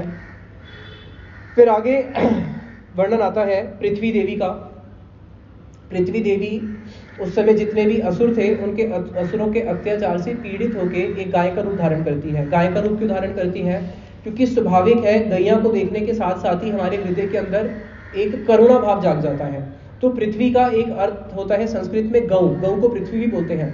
तो पृथ्वी ने गौ का रूप धारण किया, और गौ का रूप धारण करके वो रोती हुई, बिल्कुल दुबली पतली, अपने आंखों में आंसू भरते हुए पहुंच जाती है ब्रह्मा जी के पास। और ब्रह्मा जी जब उस प्रकार से गाय की ऐसी स्थिति देखते हैं, क्योंकि ब्राह्मण हो, सज्जन हो, वो गाय को कभी भी रोता हुआ नहीं देख सकते, ना ही उसको दुबला पतला देख सकते हैं। तो पृथ्वी बोलती है कि देखो ये जो मेरा आज हाल है, ब्रह्मा जी जो आपने सृष्टि करी थी पृथ्वी की, उस समय तो मैं बहुत हट्टी कट्टी थी, लेकिन आज जो मेरी स्थिति हो चुकी है, अभी मेरी स्थिति ऐसे हो चुकी है कि अगर आपने पृथ्वी के भार को हरण नहीं किया तो मैं रसातल में गिरने ही वाली हूँ, इसलिए मुझे रसातल में गिरने से बचा लो। तो ब्रह्मा जी साथ ही साथ में गाय को आगे रख के, क्योंकि गाय को देख के भगवान को क्या होगा, भगवान भी करुणामय है, गाय को देख के उनकी करुणा और बरसेगी। गाय को आगे रख के शिव जी को साथ में लेके, इंद्र को साथ में लेके क्षीर सागर के तट पे पहुंच जाते हैं। अब ये जो गाय ब्रह्मा जी के पास गई थी, तो ब्रह्मा जी के दो लोग हैं, एक तो उनका हेड ऑफिस है, एक ब्रांच ऑफिस है। उनका हेड ऑफिस तो है सत्यलोक में जहाँ पे वो रहते हैं, और एक इस पृथ्वी के संचलन के लिए पृथ्वी के ही बिल्कुल पास में सुमेरु पर्वत है। सुमेरु पर्वत पे भी ब्रह्मा जी का निवास स्थान है। तो सुमेरु पर्वत पे ही ये पृथ्वी जी गई थी, सत्यलोक में नहीं गई थी। अब सुमेरु पर्वत से फिर वो जाते हैं क्षीर सागर के तट पे, और क्षीर सागर के तट पे ब्रह्मा जी बैठ जाते हैं और भगवान की उपासना करते हैं पुरुष सूक्त मंत्र से। आप लोगों ने शायद सुना होगा ये पुरुष सूक्त मंत्र, ये दक्षिण भारत में बहुत प्रचलन में है। यहाँ पे लोग बहुत यज्ञ भी करते हैं पुरुष सूक्त मंत्र का, जगह जगह विष्णु मंदिर में, कृष्ण मंदिर में होता है। तो उस पुरुष सूक्त मंत्र से उन्होंने भगवान की आराधना करी, और ब्रह्मा जी साथ में इंद्र और शिव जी को इसलिए लेके गए थे कि मानो ये भी तो हो सकता है कि भगवान बोले कि भाई सृष्टि का जो पालन करना है उसके लिए तो मैंने शक्ति दी हुई है इंद्र को, तो इंद्र को बोलो ना मेरे पास क्यों आए हो। और जहां तक असुर संहार की बात है तो शिव जी तो पूरे के पूरे रुद्र रूप धारण करके पूरे प्रलय के समय पूरी पृथ्वी का ही विनाश कर देते, तो उनके लिए असुरों की विनाश की कौन सी बड़ी बात है। तो मैं क्षीर सागर के तट पे आराम से यहाँ पे विश्राम कर रहा हूँ, तो मेरे विश्राम में भंग क्यों बन जाते हो। जब मैंने पहले अपने एम्प्लॉइज छोड़े हुए हैं तो मालिक को क्यों परेशान करना। तो ब्रह्मा जी इसलिए शिव जी को और इंद्र को साथ में लेके गए कि अगर मानो भगवान ऐसा बोलेंगे तो मैं पीछे हट जाऊंगा और इंद्र को और शिव जी को आगे कर दूंगा, भैया देखो मैं तो हट गया, अब तुम दोनों का काम है, तुम जाके असुरों को मारो और तुम जाके धरती का पालन करो। लेकिन भगवान विष्णु ब्रह्मा जी की उन प्रार्थना से प्रसन्न होकर आकाशवाणी के माध्यम से ब्रह्मा जी के हृदय के अंदर कुछ उनको आदेश देते हैं जिसको केवल ब्रह्मा जी ही सुन पाते हैं। और फिर ब्रह्मा जी अपनी समाधि से बाहर आके बोलते हैं सब देवताओं को कि भगवान ने जो आदेश देना था आकाशवाणी के माध्यम से मुझे दे दिया है, सबको नहीं दिया, केवल ब्रह्मा जी को दिया।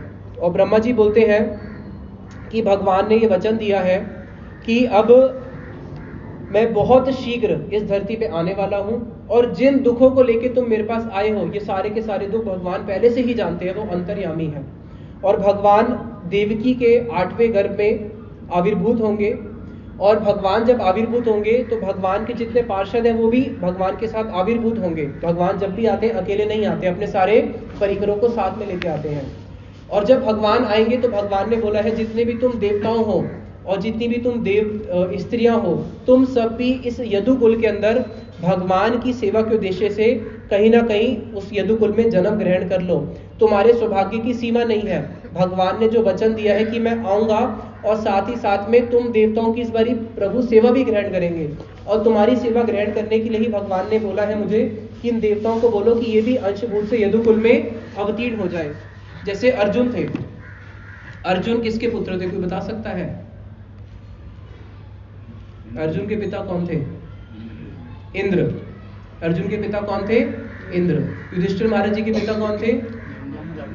धर्म महाराज, यानी कि धर्मराज, जिनको लोग यमराज जी के नाम से भी जानते हैं। अब जो अर्जुन थे, अर्जुन तो भगवान कृष्ण के सखा है और भगवान के नित्य परिकर है, उस धाम से आए हैं। लेकिन उनके अंदर इंद्र का भी अंश था, क्योंकि भगवान ने वहां पे आदेश दिया ना सब देवताओं को कि तुम देवताओं क्या करो, यदुकुल में तुम सब भी आविर्भूत हो जाओ। इसलिए अर्जुन का एक प्रसंग आता है कि इन पांचों पांडवों ने अपना देह त्याग किया। कहाँ पे त्याग किया? हिमालय पे। वहां पे आज लोग दर्शन करने भी जाते हैं, जहाँ पे पांचों पांडवों ने अपना देह को त्याग किया था। अभी प्रश्न होता है कि भगवान के पार्षद तो देह त्याग कर रहे हैं, तो फिर भगवान के पार्षद नित्य कैसे हुए? तो भगवान जब अपने पार्षद के साथ आए थे तो उन सब के अंदर देवताओं का भी अंश था। तो जो देवताओं का अंश था, जब भगवान के पार्षदों ने यहाँ पे अपना देह त्याग किया, देह त्याग का अर्थ वो अपने नित्य से देह से तो चले गए भगवत धाम, और जो यहाँ पे देह त्याग की लीला थी वो उन अंश की थी जो उसके अंदर देवताओं ने प्रवेश किया हुआ था। क्योंकि देवता सच्चिदानंद नहीं है, देवताओं का जो शरीर है वो पंच भौतिक है, जैसे हमारा बना है धरती, जल, अग्नि, वायु, आकाश, ऐसे ही उनका शरीर भी क्या है? पंच भौतिक तत्व से ही बना है। इसलिए उसमें फिर आगे वर्णन आता है महाभारत में कि जब नित्य धाम में गए तो वहां पे नित्य धाम में युधिष्ठिर और अर्जुन आपस में मिल रहे हैं, और यहाँ पे हिमालय के चोटी पे क्या हो रहा है? दोनों को दिखा रहे हैं देह त्याग हो रहा है। तो वो देह त्याग था इन जितने भी ये देवता थे जो यदुकुल के अंदर अवतीर्ण हुए थे। जैसे आगे हम सुनेंगे, जब द्वारका में आपस में यदुओं में एक युद्ध हुआ और युद्ध में सब एक दूसरे को मार देते हैं। मार देते का अर्थ है कि जो देवताओं का अंश था वो वहां से सेपरेट हो जाता है, जैसे दही को मथा जाता है ना, तो उसी प्रकार से भगवान ने उस मंथन लीला में क्या किया? आपस में संग्राम करा के अपने नित्य से जो पार्षद थे उनके साथ तो अपने धाम को चले गए, और जो देवता थे उन देवताओं को उसमें से अलग कर दिया। अब आगे बता रहे हैं कि ब्रह्मा जी फिर संक्षिप्त में बता देते हैं कि इन्हीं के ही जो भाई होंगे, बड़े भाई, वो होंगे संकर्षण, जो स्वयं शेषनाग जी है, वो सप्तम गर्भ से आविर्भूत होंगे। और जो योग माया है जिसको इस जगत में महामाया के नाम से जाना जाता है, उस जगत में योग माया, जिसके बहुत सारे नाम हैं, दुर्गा, चंडी, काली, भद्रकाली। ये जो योग माया है ये उनकी बहन के रूप में जन्म लेगी। इसलिए जितने भी तुम देवता हो, तुम सारे के सारे देवता क्या करो, अभी से ही भगवान की आगमन के लिए अभी से ही भूमि का रचनी आरंभ कर दो। अब उतने में क्या होता है,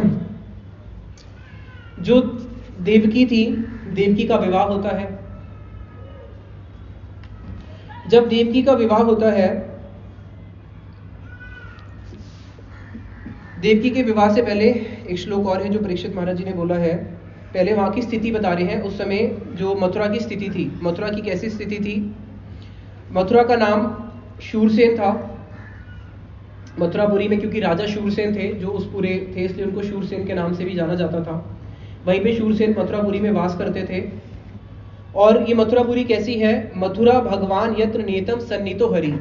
ये मथुरापुरी ऐसी है जहां पे भगवान, अभी तो पहले बोला कि आएंगे, लेकिन फिर परीक्षित महाराज जी बोलते हैं नहीं, यन नित्यम सन्निहितम नित्यो हरि, कि जहां पे नित्यम, जहां पे भगवान हमेशा रहते हैं, उसको बोलते हैं धाम।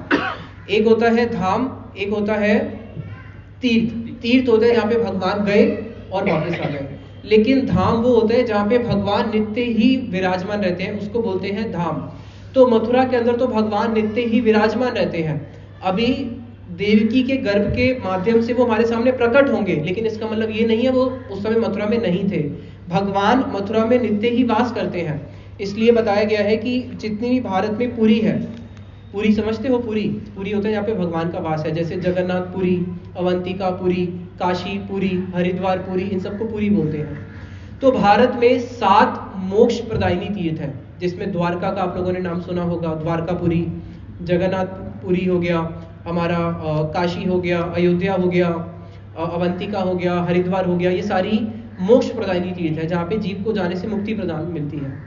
तो बताया भक्ति प्रदायिनी तीर्थ नहीं है, बताया भक्ति प्रदायिनी तीर्थ एक है और वो है मथुरा।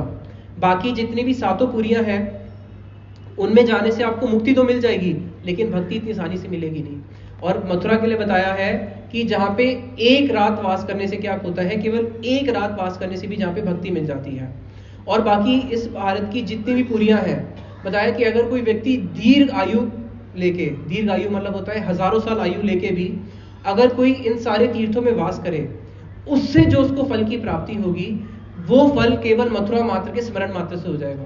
बोलो मेरे पीछे मथुरा धाम की जय।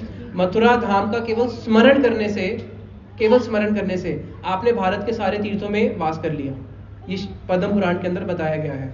यहाँ तक कि अगर आपने सोचा मैं द्वारकापुरी जाऊंगा दर्शन करने, मैं हरिद्वार जाऊंगा गंगा स्नान करने, या मैं काशी जाऊंगा स्नान करने, तो जाओगे तभी तो फल मिलेगा ना, और जाके स्नान करोगे तभी फल मिलेगा।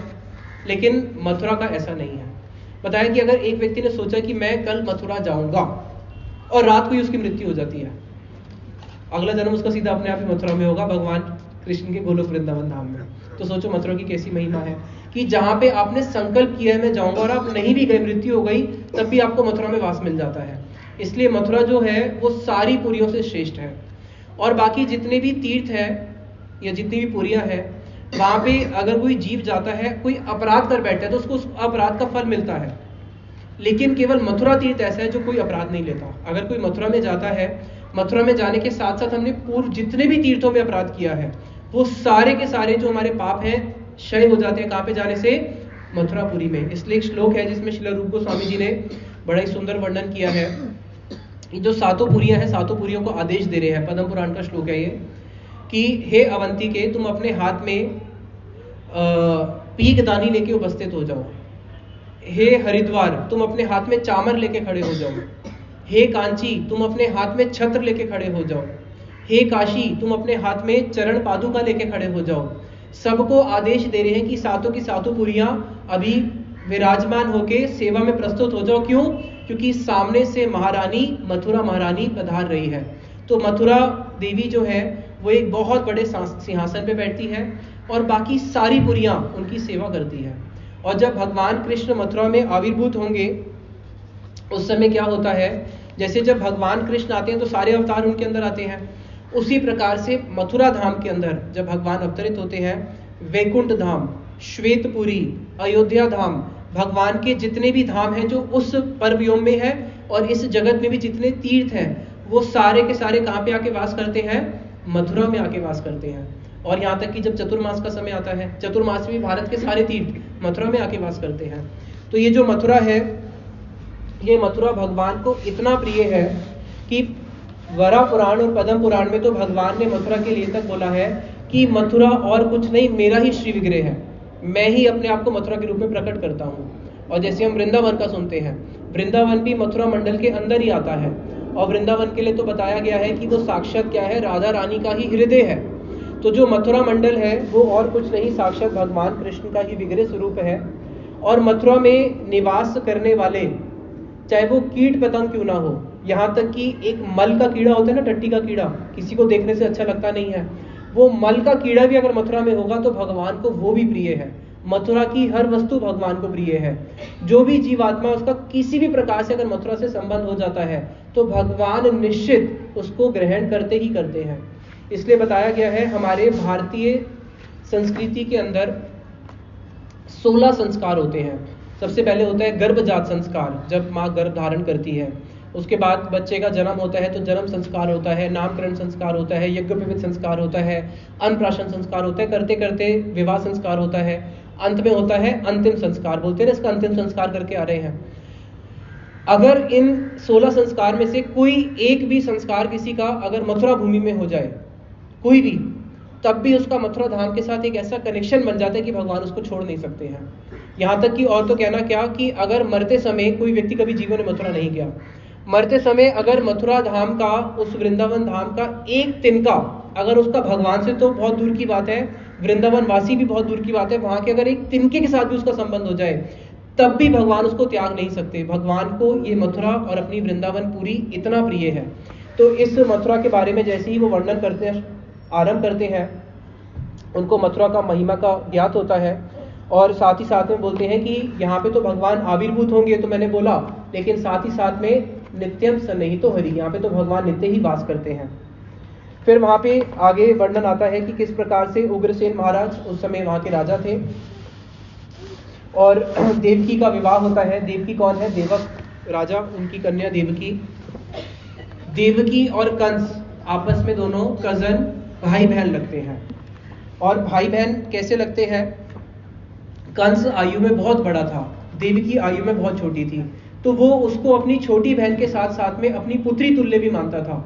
तो कंस का देवकी के साथ दो संबंध, एक तो आयु में मेरी छोटी बहन है और साथ ही साथ में उसके साथ कौन सा संबंध रखता था? वात्सल्य वाला, कि ये तो मेरी छोटी बहन क्या है, तो मेरी पुत्री जैसी ही है। और वो उससे बहुत प्रेम करता था। देवकी की 7 बहनें थी और ये 7 में सबसे छोटी थी। और स्वाभाविक है, घर में भी देखने को मिलता है, अगर 7 बहनें हों और भाई हो तो भाई सबसे ज्यादा प्रेम किससे करेगा? सबसे छोटी वाली से करेगा। तो उसी प्रकार से कंस उससे इतना प्रेम करता था कि जब उसका विवाह हो रहा था, विवाह के समय, कंस तो बहुत बड़ा राजा है, राजा होने पर भी उसने विवाह के समय क्या किया? जो रथ था, रथ की लगाम को अपने हाथ में पकड़ के दोनों को, वसुदेव और देवकी का रथ हाँकते हुए उनको वापस डोली सजाते हुए लेके जा रहा था। अब उतने में ही क्या होता है? एक आकाशवाणी होती है। आकाशवाणी होती है, अरे मूर्ख कंस, तू जिसको रथ पे बिठा के लेके जा रहा है, इसी का 8वां गर्भ तेरी मृत्यु का कारण बनेगा। तो जैसे ही वो इस बात को श्रवण करता है कंस, अब साथ ही साथ में जहाँ पे उसने बाएं हाथ से रथ की लगाम पकड़ी हुई थी और दाएं हाथ में उसके चाबुक था जिससे रथ को चलाया जाता है, अब साथ ही साथ में उसने क्या किया? बाएं हाथ से तो पकड़ लिया देवकी का बालों को, उसकी चोटी को पकड़ लिया, और दायां हाथ घुसा दिया अपनी तलवार की मान में, तलवार निकाल के देवकी के गर्दन पे लगा दिया कि इसका पुत्र क्या बनेगा? मेरा मृत्यु का कारण बनेगा, तो मैं इसको ही मार देता हूं। अब जैसे ही देवकी को मारने के लिए उसने तलवार लगाया, अब यहाँ पे प्रश्न उठता है कि अगर एक एग्जाम्पल समझिए, अगर भारत ने किसी भी देश पे युद्ध करना होगा तो वो अपनी पहले से सारी प्लानिंग बता देगा या पहले सीधा जाके युद्ध करेगा? कोई पहले प्लानिंग बताता है क्या? जब भगवान ने आना ही था 8वें गर्भ में, उसका वध करना ही था, तो आकाशवाणी की क्या जरूरत थी? अगर आकाशवाणी नहीं होती तो सातों जो उसकी बाकी की जो 6 संतान थी उसको कंस मारता क्या? या देवकी की चोटी को पकड़ता, उसको तलवार दिखाता, कुछ भी ना करता, भगवान आते और सीधा मार देते और उनको फिर जेल में भी जाना पड़ा, इतना अत्याचार सहन करना पड़ा। तो प्रश्न ये है, आकाशवाणी हुई क्यों? भगवान ने आकाशवाणी करवाई क्यों? अपने माता पिता को दुख देने के लिए। तो यहाँ पे बताते हैं कि जो आकाशवाणी हुई थी ये देवताओं ने करी थी। देवताओं ने बादल में छुप के ये आकाशवाणी करी थी। क्यों? देवता बड़े स्वार्थी होते हैं। अब देवताओं ने देखा भाई कंस के अत्याचार से तो हम पहले ही पीड़ित हैं, और अब ये भी ब्रह्मा जी ने हमें बता दिया है क्षीरोदक्षा विष्णु से श्रवण करके कि इसी देवकी का पुत्र कौन होगा? भगवान होंगे। अब ये देवकी की इतनी प्रेम से, इतनी प्रीति से सेवा कर रहा है। अब जब ये अपनी बहन की इतनी प्रीति से सेवा कर रहा है, जब इसका पुत्र होगा तो क्या वो कंस को कभी मारेगा? वो तो कभी कंस को मारेगा नहीं। वो कंस को क्यों नहीं मारेगा? अरे ये तो मेरे मामा लगते हैं, इन्होंने मेरी मैया की कितनी प्रीति से सेवा करी है, जब विवाह हो रहा था विवाह के समय सारी सेवा करी, पूरा रथ खींच के लेके आए, वो क्यों उसको मारेगा? तो उन्होंने देखा कि हम एक काम करते हैं, हम कुछ ऐसा करते हैं जिससे ये देवकी के प्रति जो इतना स्नेह भाव दिखा रहा है, वो स्नेह भाव इसका किस में बदल जाए? वो इसका स्नेह भाव जो है इसके क्रूर भाव में बदल जाए और ये इनके ऊपर अत्याचार करे, तब तो जाके भगवान पक्का मारेंगे। अच्छा, तूने मेरी माता की चोटी पकड़ी थी, उसको तूने तलवार दिखाई थी, अब मैं तुझे दिखाता हूँ। तो इसलिए देवताओं ने क्या किया? आकाशवाणी कर दी, और आकाशवाणी के माध्यम से उन्होंने कंस का जो असली स्वरूप था वो दिखाना चाहा। दूसरा कारण, वसुदेव महाराज जी का जब जन्म हुआ था, जन्म के समय बहुत सारे आकाश दुंदुभी यानी कि नगाड़े बजे थे स्वर्गलोक के, जो ये प्रतीक थे कि तुम्हारा पुत्र भगवान होगा। तो वसुदेव महाराज जी ने बचपन से सुन के रखा था कि मेरे यहाँ पे जो पुत्र होगा वो कौन होगा? भगवान होगा। आज जब आकाशवाणी हुई तो जो उन्होंने बचपन में जिस बात को अपनी मैया से श्रवण किया था, पूर्वजों से श्रवण किया था, आज वसुदेव जी को उस बात पे पूर्ण विश्वास हो गया कि हाँ, 8वां गर्भ मेरा कौन होगा? मेरी संतान भगवान होगी। तो उससे वसुदेव जी के आनंद का उन्होंने वर्धन किया। साथ ही साथ में देवकी, अब देवकी को कंस ने चोटी पकड़ी हुई है, गले पे तलवार लगाया हुआ है, अब देवकी को उस समय दुख हो रहा है या आनंद हो रहा है? उसको दोनों हो रहा है, लेकिन आनंद ज्यादा हो रहा है। क्यों? क्योंकि उसने क्या सुना? मेरे घर में कौन आएंगे? भगवान आएंगे। जब मेरे घर में भगवान आएंगे, ये आकाशवाणी हो ही गई है, तो ये तलवार से मेरी गर्दन काट ही कैसे सकता है? क्योंकि आकाशवाणी तो गलत हो नहीं सकती है। तो देवकी के आनंद को वर्धन किया, देवकी को भी आनंद हुआ कि अब क्या होगा? मेरे घर में साक्षात प्रभु, साक्षात भगवान आएंगे। कैसा सौभाग्य हमारा। और एक कारण बताते हैं,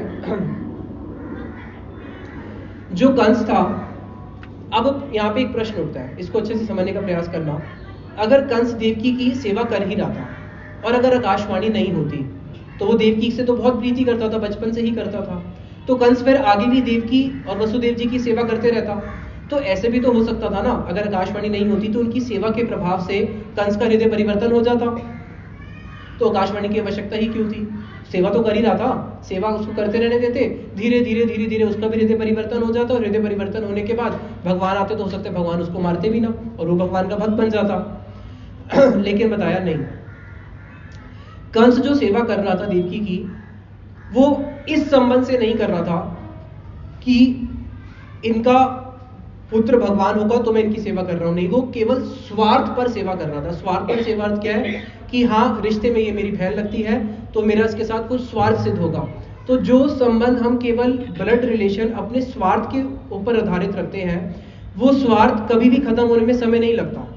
कैसे समय नहीं लगता? आप लोगों ने देखा ही होगा, डाइवोर्स होते नहीं होते, बच्चे माता पिता को छोड़ के चले जाते नहीं चले जाते ब्लड रिलेशन होने पर भी। क्यों? क्योंकि संबंध किसके ऊपर निर्धारित रहता है? स्वार्थ के ऊपर। और जो स्वार्थ का संबंध होता है उसमें सेवा करने से हृदय परिवर्तन कभी होता नहीं है। भगवान के संबंध से करता तो हृदय परिवर्तन होने की फिर भी थोड़ी सी वहां पे आशा थी। अब यहाँ पे जब देवताओं ने एक टेस्ट लिया, देवताओं ने देखा कि हम एक बार इसके थोड़े से स्वार्थ में हानि पहुंचा के देखते हैं, हम इसको बताएं तो सही भाई, तू जिसकी जितनी सेवा कर रहा है इसी का ही पुत्र तेरे मृत्यु का कारण बनेगा। और अगर तब भी कंस सेवा करता है, अगर तब भी कंस सेवा करता तो इसका मतलब कंस का हृदय निश्चित रूप से फिर परिवर्तन हो सकता था। लेकिन उसको सुनने के साथ साथ उसका स्वार्थ सामने आ गया और उसने क्या किया? देवकी को मारना चाहा। तो इसलिए इन कई कारणों से आकाशवाणी हुई। और एक और कारण था, मरीचि के 6 पुत्र थे जिनको श्राप मिला हुआ था कि अपने ही पिता के हाथों से मरेंगे। ये कंस कौन था? कंस पूर्व जन्म में काल नेमी एक राजा था। जो कालनेमी राजा था, इसके 6 पुत्र थे और इसके 6 के 6 पुत्र असुर के पुत्र, विष्णु के भक्त। अब कालनेमी विष्णु से बहुत लड़ाई करता था, इसके सारे के सारे असुर विष्णु से युद्ध करते थे। अब कालनेमी को दुख इस बात का था कि मेरे सारे के सारे पार्षद, मेरी सारी सेना विष्णु से युद्ध करती है, लेकिन मैं इनका क्या करूं जो मेरे घर में अपने 6 पुत्र विष्णु के भक्त जन्म ले चुके हैं। तो कालनेमी ने अपने 6 पुत्रों को श्राप दिया था कि तुम 6 मेरे शत्रु विष्णु की पूजा करते हो, जाओ तुम अपने पिता के हाथों ही मारे जाओगे। क्यों? क्योंकि मैं तुम्हारा पिता और मेरा शत्रु विष्णु, और तुम अपने शत्रु की पूजा करते हो, यानी कि तुम विष्णु की पूजा करते हो, तुम्हारी पूजा से क्या होगा? विष्णु प्रभावशाली होगा और विष्णु मेरा वध कर देगा। तो जब तुम मेरे पुत्र होके मेरे शत्रु की पूजा करते हो तो तुम मेरे ही शत्रु हो, इसलिए तुम 6 के 6 पुत्र अगले जन्म में मेरे हाथ से मारे जाओगे। ये उसने अपने पुत्रों को श्राप दिया था। और इस जन्म में वही कालनेमी कौन बना था? कंस। और वो 6 पुत्र कौन बने थे? जो देवकी के गर्भ से भी 6 पुत्र लेंगे। तो कंस ने जो 6 पुत्रों को मारा वो देवकी के नहीं थे, वो किसके थे? वो कंस के अपने ही पूर्व जन्म के पुत्र थे। फिर आगे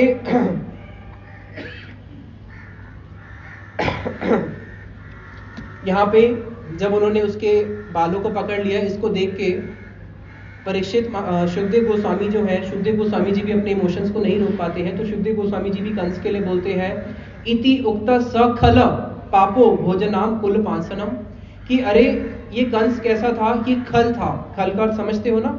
खल यानी कि जो क्रूर व्यक्ति होता है, ये खल था। और कैसा था? पाप आत्मा, ये पाप आत्मा था। और क्रूरमति, और क्रूरमति के साथ साथ में कैसा था? अपने ही वंश का कलंक स्वरूप था। कहाँ? उग्रसेन जैसे इतने श्रेष्ठ भगवान के भक्त, और उनके यहाँ पे जन्म किसने लिया?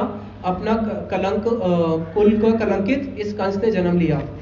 अब साथ ही साथ में वसुदेव महाराज जी, अब वसुदेव महाराज जी, अब परीक्षित महाराज जी तो शुकदेव गोस्वामी जी दोनों को देख रहे हैं सीन में कि एक तरफ कंस है और एक तरफ वसुदेव जी है। कहाँ पे? तो कंस उसको मारने के लिए खड़ा हुआ है, और उस समय वसुदेव जी की स्थिति कैसी है?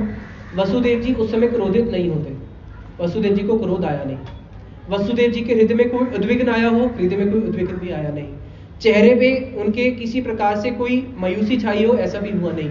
उनका चेहरा भी बिल्कुल हंसता हुआ मुखकमल के समान है। अब वसुदेव महाराज जी बिल्कुल वहां पे स्थित है, और वसुदेव महाराज जी के लिए शब्द आया कि वसुदेव जी कैसे हैं? महाभागा, कि वो महाभागा है। महाभागा अर्थ होता है, बोलते नहीं बहुत भाग्यवान है, अरे देखो रात को सांप आया और इसके साथ से होके चला गया, इसको सांप ने डसा भी नहीं, कितना भाग्यवान है ये। तो महाभागा उसको बोलते हैं कि जिसके ऊपर किसी भी प्रकार से कोई भी दुष्ट व्यक्ति कभी भी उसका अनिष्ट नहीं कर सकता, उसको बोलते हैं महाभाग्यवान। तो वसुदेव महाराज जी तो महाभागा है, तो कंस उनका अनिष्ट कर ही नहीं सकते। कंस क्या, लाखों कंस मिलकर भी उनका कुछ अनिष्ट नहीं कर सकते। क्यों? क्योंकि वो महाभागा है। और वसुदेव महाराज जी धैर्य, गंभीरता, शैल, इन सब की मूर्ति थे। अब वसुदेव महाराज जी ने उस सिचुएशन को देखा, और उस सिचुएशन को देख के वो पैनिक नहीं हुए। उस सिचुएशन में साथ ही साथ में उन्होंने क्या किया? साम दाम दंड भेद, सुना है ये शब्द? साम दाम दंड भेद। अपने काम को सिद्ध करने के लिए 4 चीजें होती है, साम दाम दंड और भेद। तो अब उन्होंने साम दान दंड भेद इन 4 नीति का प्रयोग करके किसी प्रकार से देवकी की रक्षा करेंगे। अब प्रश्न ये होता है कि वसुदेव महाराज जी जो थे, वसुदेव महाराज जी को क्रोध तो आना चाहिए ना, लेकिन वसुदेव महाराज जी को क्रोध क्यों नहीं आया? क्योंकि कंस जब देवकी के रथ को खींच रहा था और इतना वो स्नेह दिखा रहा था, वसुदेव महाराज जी कंस के हृदय को पहले से ही जानते थे। क्योंकि देवकी 7वीं पुत्र थी, देवक की 7 पुत्रियां थी, साथ में धृतदेवा, शांति देवा, उपदेवा, देवरक्षिता, श्रीदेवा, सहदेवा, ये 6 कन्याएं। उसके बाद 7वीं थी देवकी। तो वसुदेव ने इन 7 के साथ विवाह किया था। जो बाकी बड़ी कन्या थी उनके साथ तो कई साल पहले उनका विवाह हो चुका था। अब जो सबसे छोटी कन्या थी, इनकी जो 7वीं बहन थी, उसके साथ विवाह करने आए थे। तो अब जब वो कंस के साथ, उनका आज का संबंध तो नहीं है, पहले भी 7 कन्याओं के साथ विवाह कर चुके हैं, उसकी 7 बहनों के साथ। तो वो कंस के स्वभाव को अच्छे से जानते थे कि ये कितना बड़ा दुष्ट पाप आदमी और किस प्रकार से ये अपने ही कुल का कलंक है। इसलिए वसुदेव महाराज जी को उसकी उस हरकत को देखकर उनको कोई आश्चर्य भी हुआ नहीं। फिर वसुदेव महाराज जी ने वहां पे साम दाम दंड और भेद इसका प्रयोग किया। दंड तो वो दे नहीं सकते, उस समय वसुदेव महाराज जी स्थिति में तो थे नहीं कि कंस को दंड दे पाए, क्योंकि कंस बहुत शक्तिशाली था। तो अब 3 बचे, साम, दाम और भेद। दंड तो दे नहीं सकते।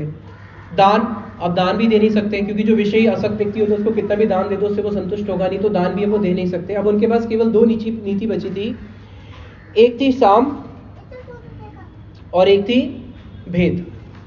अब उन्होंने इस 2 नीति का अवलंबन करके साम और भेद का उन्होंने वहां पे देवकी की रक्षा करने का प्रयास किया। अब वो 2 नीति क्या है उसको हम श्रवण करते हैं।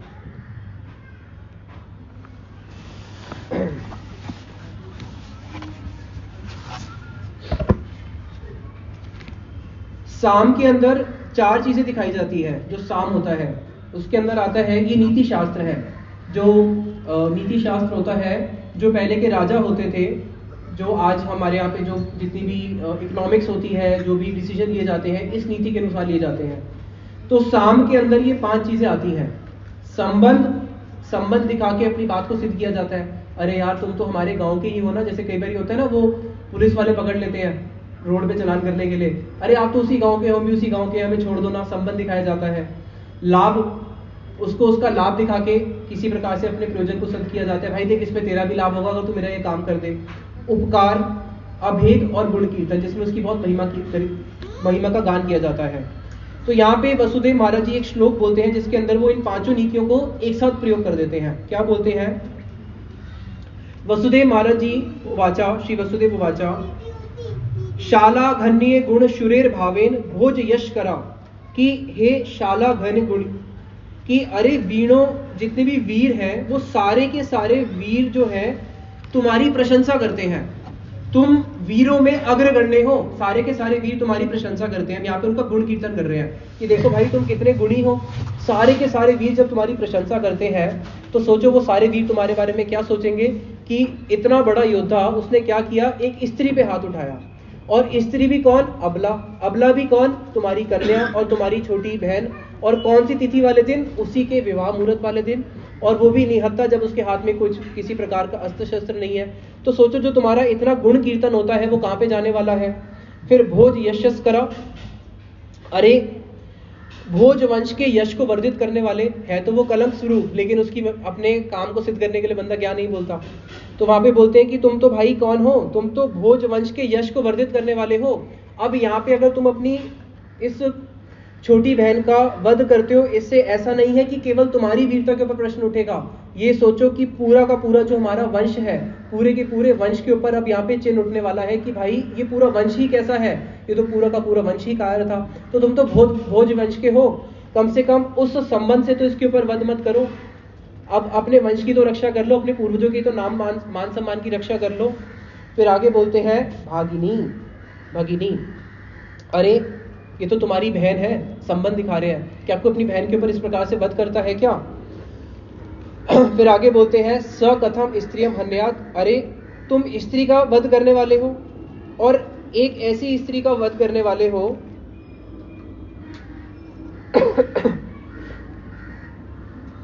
कि इस स्त्री का तुम वध इसलिए कर रहे हो कि इसका बालक तुम्हारी मृत्यु का कारण बनेगा। अब देखो तुम दो लोगों से डर गए। इस जगत में कभी कोई बच्चे और स्त्री से डरता है क्या? बच्चे और स्त्री की सब लोग क्या करते हैं? उसकी तो रक्षा करते हैं। और तुम इस डर से, इसके बालक के डर से तो डर के तुम क्या कर रहे हो? इसकी हत्या कर रहे हो। तो यहाँ पे तुम डर भी रहे हो तो किससे डर रहे हो? एक तो स्त्री से डर रहे हो और दूसरा किससे डर रहे हो? एक बालक से डर रहे हो। तो भाई तुम्हारी वीरता कहाँ गई? एक बालक से डर के कोई स्त्री का वध करता है क्या? तो सोचो तुम्हारा लाभ क्या होगा। यहाँ पे उसको लाभ दिखा रहे हैं कि तुम्हारी जो कायरता है, तुम्हारी कायरता पूरे जगत में जब सब लोग बोलेंगे तो तुम्हारा इससे लाभ क्या होगा? इससे तो तुम्हारी कायरता की चारों तरफ पर चर्चा होगी और इससे तुम्हारी अपनी ही हानि है। इसलिए मैं तुम्हें बोलता हूं कि अपनी हानि से बच जाओ, इसका वध मत करो। फिर आगे बोलते हैं कि उद्वाहा पारमणा, अरे आज तो एक विवाह उत्सव है और उत्सव के दिन तुम्हें क्या करना चाहिए? किसी का जब उत्सव होता है तो उत्सव में हम जाके किसी के जन्मदिन के दिन क्या करते हैं? उसको कुछ ना कुछ परोपकार देते हैं, उसको कुछ ना कुछ देते हैं। तो आज जब उत्सव का दिन है, जहाँ पे आज तुमने क्या किया है? दहेज के अंदर इसको इतना कुछ दिया है। दहेज में क्या क्या दिया है? वर्णन आता है 200 नारियां दी सेवा के लिए, 1800 सोने के रथ दिए, 400 घोड़े हाथी दिए, इतना कुछ तुमने महल दिया। तो जहाँ पे आज देने का दिन है, जहाँ पे तुम विवाह के दिन दिया जाता है, वहां पे तुम उसके अपने प्राण ही हर लोगे क्या विवाह के दिन? तो इसलिए तुम्हें क्या करना चाहिए, इसके ऊपर थोड़ा सा परोपकार करो, इसका वध मत करो। इस प्रकार से वहां पे उसको कंस को समझाने का प्रयास करते हैं। अब वसुदेव महाराज जी जब कंस को समझा रहे हैं तो वसुदेव महाराज जी ने अपने मुख को उदासीन नहीं किया है, बड़े प्रफुल्लित चित्त होकर समझा रहे हैं ताकि किसी प्रकार से वो मेरी इस भावनाओं को समझ जाए। फिर आगे कंस के कान में ये बात प्रवेश नहीं करी। कंस चुपचाप ही खड़ा रहा और अपने हाथ में उसको तलवार को लेके खड़ा हुआ है। अब उतने में वसुदेव महाराज जी फिर आगे आत्मज्ञान की चर्चा करते हैं। अब यहाँ पे वसुदेव महाराज जी ने कुछ आत्मज्ञान दिया है, इसको हम लोग श्रवण करेंगे, जो साधक के लिए बहुत महत्वपूर्ण है। अब इस आत्मज्ञान को कंस तो नहीं समझ पाया, लेकिन इस आत्मज्ञान को अगर हम समझ लेंगे तो हमारा जीवन पक्का सफल हो जाएगा। वसुदेव महाराज जी बोलते हैं कि देखो, जिसका भी देह का जन्म हुआ है, ये गोल्डन फॉर्मूला है, जिसका भी जन्म हुआ है जात से ही ध्रुव मृत्यु, जिसका भी जन्म हुआ उसकी मृत्यु निश्चित है, और जिसकी मृत्यु होगी उसका जन्म निश्चित है।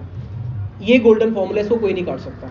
अगर कोई एक नई बिल्डिंग बनी ना, जन्म हुआ ना, तो उसका विनाश होगा नहीं होगा? उसका विनाश होगा। तो ये जितने भी मनुष्यों के देह बने हैं, सबका देह बना है, तो जब देह बना है तो मृत्यु तो आनी है। अब कोई भी कारण लेके आए, मृत्यु तो आनी है ना, क्योंकि देह बना है तो मृत्यु आनी है। तो जिसका जन्म हुआ है उसकी मृत्यु निश्चित है, मृत्यु के बाद जन्म निश्चित है। तो अभी प्रश्न ये होता है कि क्या कोई ऐसी भी वस्तु है जिसका जन्म हुआ ही नहीं है?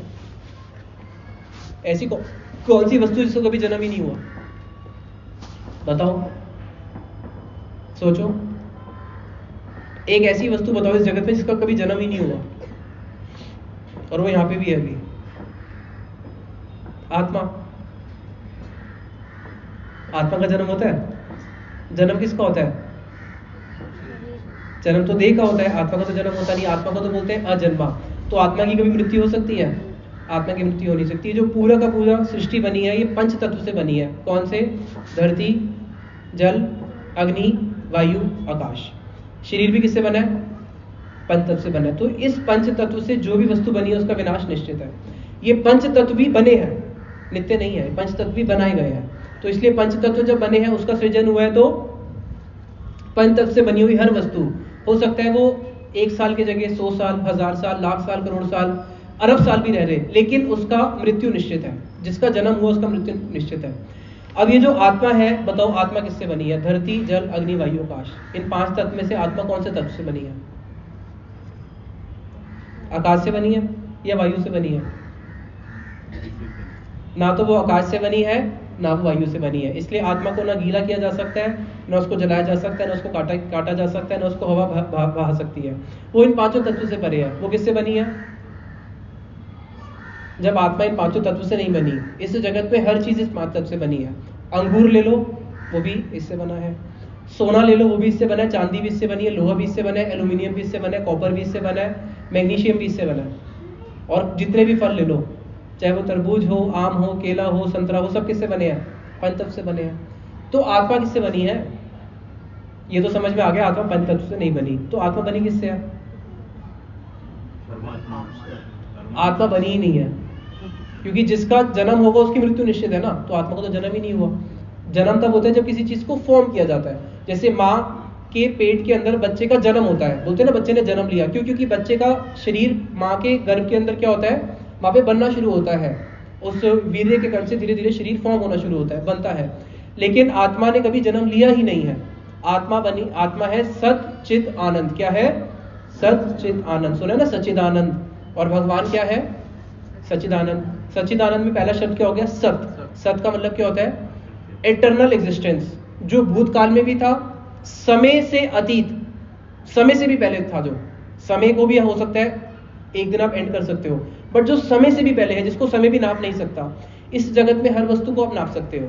धरती कितनी पुरानी है उसको भी नापा जा सकता है, ब्रह्मा जी की आयु को भी नापा जा सकता है, समय को भी नापा जा सकता है। लेकिन जहां पे समय भी फेल हो जाता है उसको बोलते हैं आत्मा। इसलिए आत्मा क्या है? अजन्मा, जिसका कभी जन्म होता ही नहीं है। सत, जो एटर्नल एग्जिस्टेंस है, जिसकी पहले भी थी, आज भी है और बाद में भी रहेगी। तो हम लोग कौन है? We are eternal existence. हमारी ऑलरेडी एटर्नल एग्जिस्टेंस है। तो हमें उस चीज को पहचानने के लिए ही मनुष्य जीवन मिला है। और अगर हम अपने आप को नहीं पहचान पाए कि मैं सच्चिदानंद हूँ, तो फिर क्या होगा? वही उसी पंच तत्व के अंदर हम लोग घूमते रहेंगे। अभी मनुष्य का शरीर मिल गया है, कभी घोड़े का मिल जाएगा, कभी पशु का मिल जाएगा, कभी कीट का मिल जाएगा, कभी पतंग का मिल जाएगा, कभी जलचर बन जाएंगे, कभी स्थावर बन के पेड़ों की तरह खड़े रहेंगे। तो यहाँ पे बता रहे हैं कि जिसका भी देह हुआ है, देह का मृत्यु निश्चित है। तो भाई जब देह का मृत्यु निश्चित है कंस, तो तुम इससे भयभीत क्यों होते हो? वो तो देह तो जाना ही जाना है। फिर आगे दूसरा श्लोक बताते हैं कि जिस प्रकार से देह निश्चित है कि मरेगा, तो मरने के बाद भी चिंता नहीं है, अगला देह मिलेगा वो भी गारंटीड है। समझ में आ रही है? अब अभी हमें जो शरीर मिला, आप में से किसी ने इस शरीर के लिए प्रयास किया था? हमने तो किसी ने इस शरीर के लिए प्रयास किया नहीं है। अगर हमने प्रयास किया होता तो हो सकता है जो हम कुछ और एक्स्ट्रा भी कर सकते थे शरीर में, आंखें थोड़ी तेज कर लेते, हाथ पैर थोड़े सॉलिड कर लेते, हाइट थोड़ी लंबी कर लेते, रंग गोला गारा कर लेते, बट हमारे हाथ में कुछ भी नहीं था। इस शरीर को प्राप्त करने के लिए हमने कोई भी एफर्ट्स नहीं किए। तो उसी प्रकार से जब मृत्यु आएगी, मृत्यु के लिए कोई एफर्ट्स करता है? वो भी अपने आप आती है। तो जो अगला देह मिलेगा वो भी निश्चित है, अगले देह के लिए आपको वो नहीं करना। जैसे अभी हम लोगों ने फ्लाइट का टिकट लिया, कोलकाता से आ रहे थे। अब किसी कारण से हमारी एक फ्लाइट डिले हो गई, हमें दूसरे 22 के जगह 24 नंबर पे भेज दिया गया। फिर 24 के बाद हमें 25 नंबर पे भेज दिया गया। 25 के बाद फिर हमें 103 पे भेज दिया गया। लेकिन हमें ये पक्का पता था कि फ्लाइट तो मिलेगी। क्यों? क्योंकि टिकट ली है। तो उसी प्रकार से जब आप इस जगत में आए हो, ये तो ये गारंटीड है कि आपको शरीर मिलेगा ही मिलेगा। तो इसलिए कंस को बोल रहे हैं कि इस शरीर के बाद जो अगला शरीर मिलेगा उसके लिए भी तुम्हें कोई चिंता करने की जरूरत नहीं है। तुम चिंता किसके लिए कर रहे हो? शरीर के लिए तो कर रहे हो, तो अगला शरीर भी तुम्हें मिलेगा ही मिलेगा। और स्वाभाविक सी बात है, अगर कोई चीज़ पुरानी हो जाए तो हम क्या चाहते हैं? नई चीज़ मिल जाए, चाहते हैं नहीं चाहते? तो उसी प्रकार से जब शरीर पुराना हो जाता है, लोग क्या चाहेंगे? बुद्धिमान व्यक्ति, भाई अब तो पुराना हो गया, अब क्या मिल जाए? नया शरीर मिल जाए। अभी जब कोविड चल रहा था तो हमारे एक प्रभु जी हैं, नाम नहीं लूंगा, वो बोले भाई कोविड में इतने लोग जा रहे हैं, मैं क्यों नहीं जा रहा? मैंने कहा बड़े अजीब व्यक्ति हो, लोग सब बोल रहे हैं इतने लोग जा रहे हैं, अच्छा हो मैं नहीं जा रहा, कह रहा हूँ मैं क्यों नहीं जा रहा? तो उनका ना शरीर थोड़ा अस्वस्थ जैसा रहता है। बोले भाई इतना शरीर अस्वस्थ रहता है, आँख से देखने में दिक्कत होती है, पीठ की दिक्कत है, बैठ नहीं पाता, डाइजेशन की दिक्कत है, हाथ पैर की दिक्कत है, सारी इंद्रियां मेरी शिथिल हो चुकी है, तो कम से कम मेरे को नया शरीर मिलेगा तो मैं अच्छे से भगवान का भजन तो कर पाऊंगा। तो इसलिए जो भक्त होते हैं, भक्तों को मृत्यु की चिंता नहीं होती, क्योंकि उनको पक्का पता है कि मुझे अगला शरीर मिलेगा, और कौन सा मिलेगा? मनुष्य देह ही मिलेगा। लेकिन जिन्होंने भगवान का भजन नहीं किया, उनको मृत्यु के समय बहुत भय होता है कि भाई अगला जन्म अगर पशु मिल गया तो क्या करेंगे। इसलिए वृंदावन में एक हॉस्पिटल है, भक्ति वेदांत हॉस्पिटल।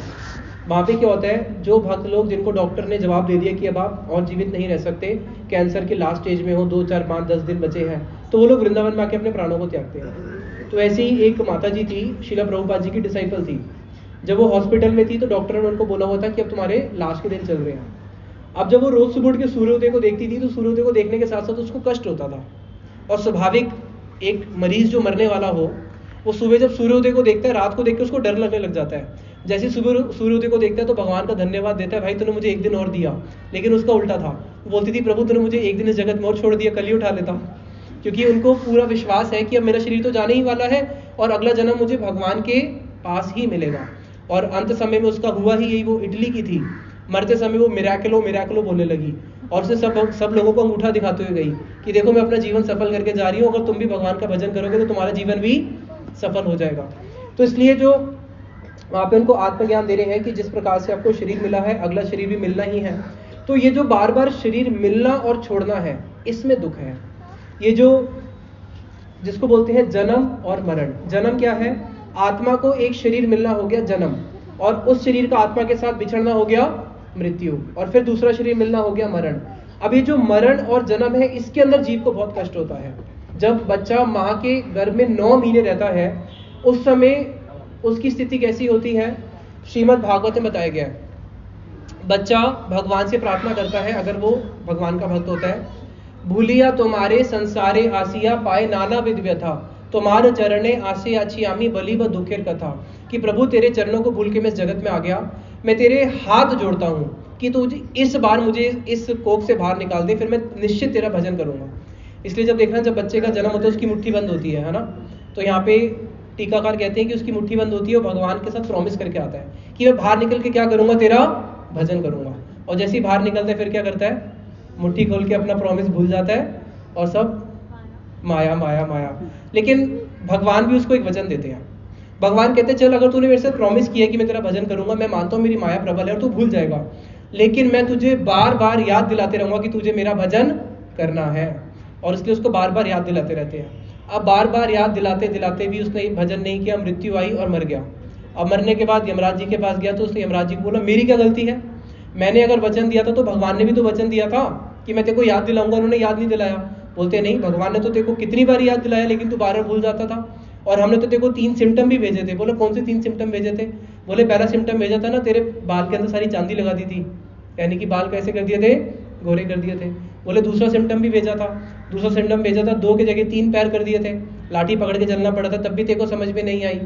तीसरा सिम्टम भी भेजा था, तेरे सारे दांत गिरा दिए थे, तब भी तूने क्या किया, नकला चपड़ा लगा दिया और तब भी भोजन करता रहा। इतने सारे सिम्टम देने के बाद भी हम लोग नहीं समझते कि हमें भगवान का भजन करना है, तब भी हम लोग क्या करते हैं, संसार में और भोग की वासनाओं को बढ़ाते रहते हैं। तो वहां पे फिर आगे परीक्षित महाराज जी वसुदेव महाराज जी बोलते हैं कि देखो, अब मानो कंस के मन में प्रश्न उठ रहा है कि भाई ठीक है, ये देह मेरा मरेगा, ठीक है, अगला देह मुझे मिलेगा, ये भी मैं आपकी बात मान लेता हूँ वसुदेव महाराज जी, ठीक है, लेकिन बीच में क्या होगा, बीच में वाला समझ लो कि इस देह के मरने के बाद जो दूसरा देह मिलेगा, बीच में तो बिना देह के मुझे रहना पड़ेगा ना। तो वसुदेव महाराज जी बोलते हैं नहीं, तुझे बिना देह के रहना ही नहीं पड़ेगा। अब ये आत्म तत्व का एक नेक्स्ट स्टेप और है, इसको समझने का प्रयास करना। इसमें बड़ा सुंदर उदाहरण दिया है वसुदेव महाराज जी ने, 2 उदाहरण से समझाया है। पहला उदाहरण, जब आप चलते हो, जब हम भूमि पे चलते हैं, पीछे वाला पैर पहले उठाते हो या आगे वाला आगे रखते हैं? पीछे वाला पहले उठाते हैं या आगे वाला उठाते हैं? कभी करके देखना, दोनों एक साथ उठते हैं, पता ही नहीं चलता। जब हम चलते हैं, कौन सा आगे कौन सा पीछे, कब रखेंगे, ये उठा और साथ साथ को आगे चला गया, आगे वाला पीछे, पीछे वाला होने में टाइम लगता है, साथ साथ ही तो चलते हैं। दूसरा उदाहरण दिया कि जैसे एक कीड़ा होता है जो एक पत्ते से दूसरे पत्ते पे जाता है। वो क्या करता है, पहले पत्ते से दूसरे पत्ते को पहले जाके पकड़ लेगा, जब वो दूसरे पत्ते को पकड़ लेगा तब जाके पहले पत्ते को छोड़ेगा। अभी आप लोगों ने बोला था कि हम पहले पीछे वाला पैर उठाते हैं, ठीक है, लेकिन पीछे वाला पैर उठाने से पहले तो हमने आगे जगह बना ली, तभी पीछे वाला पैर उठा रहे हो ना, नहीं तो पीछे वाला पैर कैसे उठाएंगे जब तक आगे जगह नहीं बनाई होती। तो पहले पीछे वाला आगे आके रखा, फिर वो उठा। तो ये जो क्रम है, जो एक देह से दूसरे देह में जो जीवात्मा जाती है, ये इतनी सूक्ष्म साइंस है, इतनी सूक्ष्म साइंस जिसको देवता भी नहीं समझ सकते, तो हम कहां से समझेंगे। फिर भी थ्योरेटिकली इसको समझ सकते हैं, प्रैक्टिकली नहीं समझ में आएगा कि आत्मा क्या करती है जब वो इस देह से उसको दूसरे देह में जाना होता है। जिस देह में उसको जाना है, इस देह को छोड़ के, वो देह उसका पहले ही वहां पे उसकी भूमिका रच चुकी है। और आत्मा इधर से उधर जब जाती है तो पहले वहां पे पकड़ती है, फिर इसको छोड़ती है। समझ में आ रहा है? जहां पे हमने नेक्स्ट देह जो हमको मिलना है, तो उस देह को आत्मा पहले पकड़ लेती है और फिर यहां से आत्मा छूटती है। कि इतना फास्ट होता है, ये पता ही नहीं चलता कि कब मैंने उसको पकड़ भी लिया। समझ में आया? तो उसी प्रकार से वसुदेव महाराज जी कह रहे हैं कि जिस देह के लिए तुम इतना भयभीत हो रहे हो, तो ये देह कैसा है कि ये देह तो छोड़ना ही पड़ेगा और अगला देह मिलेगा, और जो मिलेगा उसमें किसी प्रकार से कोई विलंब नहीं है। एक देह छूटता है तो दूसरा मिलता है, और दूसरा देह जो मिलता है वो किसके बेस पे मिलता है? वो मिलता है यम यम वापी स्मरण भावम त्यजति अंत कलेवरम तम तम एव एति कौन्तेय सदा तद्भाव भविता। कि जिस जिस भाव को हम स्मरण करके अपने देह को त्यागते हैं, उस भावना के अनुसार हमें दूसरे देह की प्राप्ति होती है। इसलिए अगर तुम अभी पाप कर्म करके अपने इस शरीर को त्यागोगे तो अगला जन्म भी तुम्हें पाप योनि का मिलेगा। इसलिए अपने आप को पाप योनि से बचाने के लिए क्या करो, इस पाप कार्य से निवृत्त हो जाओ।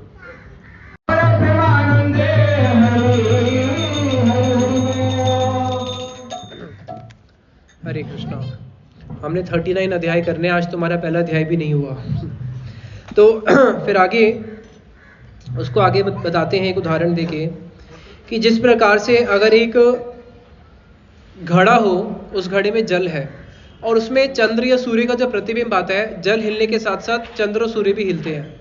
तो क्या चंद्र और सूर्य हिल रहे हैं? नहीं, केवल तो प्रतिबिंब में आभास हो रहा है कि वो हिल रहे हैं। उसी प्रकार से जो तुम्हें ये डर लग रहा है मृत्यु का, तो आत्मा का तो कोई विकार होता ही नहीं है। जिस प्रकार से पानी के हिलने से उसमें कोई विकार होगा नहीं, उसी प्रकार से शरीर में कोई भी विकार आने से आत्मा का में कभी विकार नहीं आता है। आत्मा तो शरीर से पृथक वस्तु है।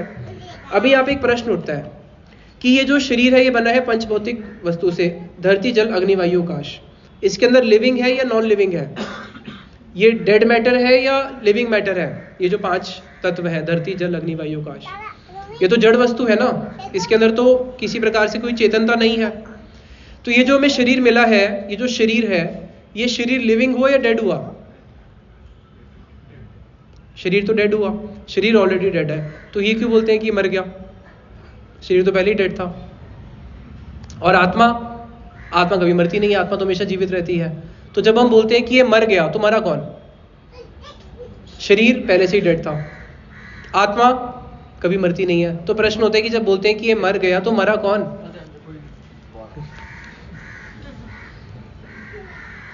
कौन मरा? आत्मा का शरीर के साथ वियोग होना ही मृत्यु है, मरा कोई भी नहीं है। आत्मा का शरीर के साथ संयोग होना जन्म है। समझ में आया? जहां पे आत्मा और शरीर मिलते हैं वो जन्म हो गया, जहां पे अलग होते हैं वो मृत्यु हो गई। वैसे एक्चुअली देखा जाए तो शरीर तो ऑलरेडी डेड है, वो तो लिविंग था ही नहीं कभी। तो यहाँ पे उसको अनेक अनेक प्रकार से समझाते हैं। फिर एक उदाहरण देते हैं कि जैसे रात्रि के समय हम लोग जब सो जाते हैं, सोते समय हम सपना देखते हैं कि मैं राजा हूं, मैं महाराजा हूं, मैं ये हूं, मैं वो हूं। तो हम जब हम सपने को देखते हैं, उस सपने को देख के हम उस सपने में अविष्ट हो जाते हैं कि मैं ही राजा हूं। सपने में देखा कि मेरे पीछे शेर पड़ रहा है, तो मैं भाग रहा हूं, पसीना आ रहा है और मैं सोच रहा हूं सच्चे मेरे पीछे शेर पड़ गया। तो सपने में जो भी हम चीज देखते हैं उस समय वो हमारे साथ घटित होती है या नहीं होती? उस समय फीलिंग्स तो आती है। तो इसका मतलब जब हम सपने में हम एक दूसरा जीवन देख रहे होते हैं, लेकिन जब हम सुबह उठते हैं फिर हम क्या देखते हैं? ये तो सब कुछ था ही नहीं। तो रात्रि के समय अभी भी तो हम लोग शरीर चेंज कर रहे हैं। यहाँ पे वसुदेव महाराज जी उदाहरण देना चाह रहे हैं कि जन्म और मृत्यु की बात क्या कहूं, इसी शरीर के अंदर भी तो आप जन्म मृत्यु रोज देख रहे हो। रात को जब हम सोते हैं तो सोते समय किसी को याद होता है कि मैं हैदराबाद में सो रहा हूं?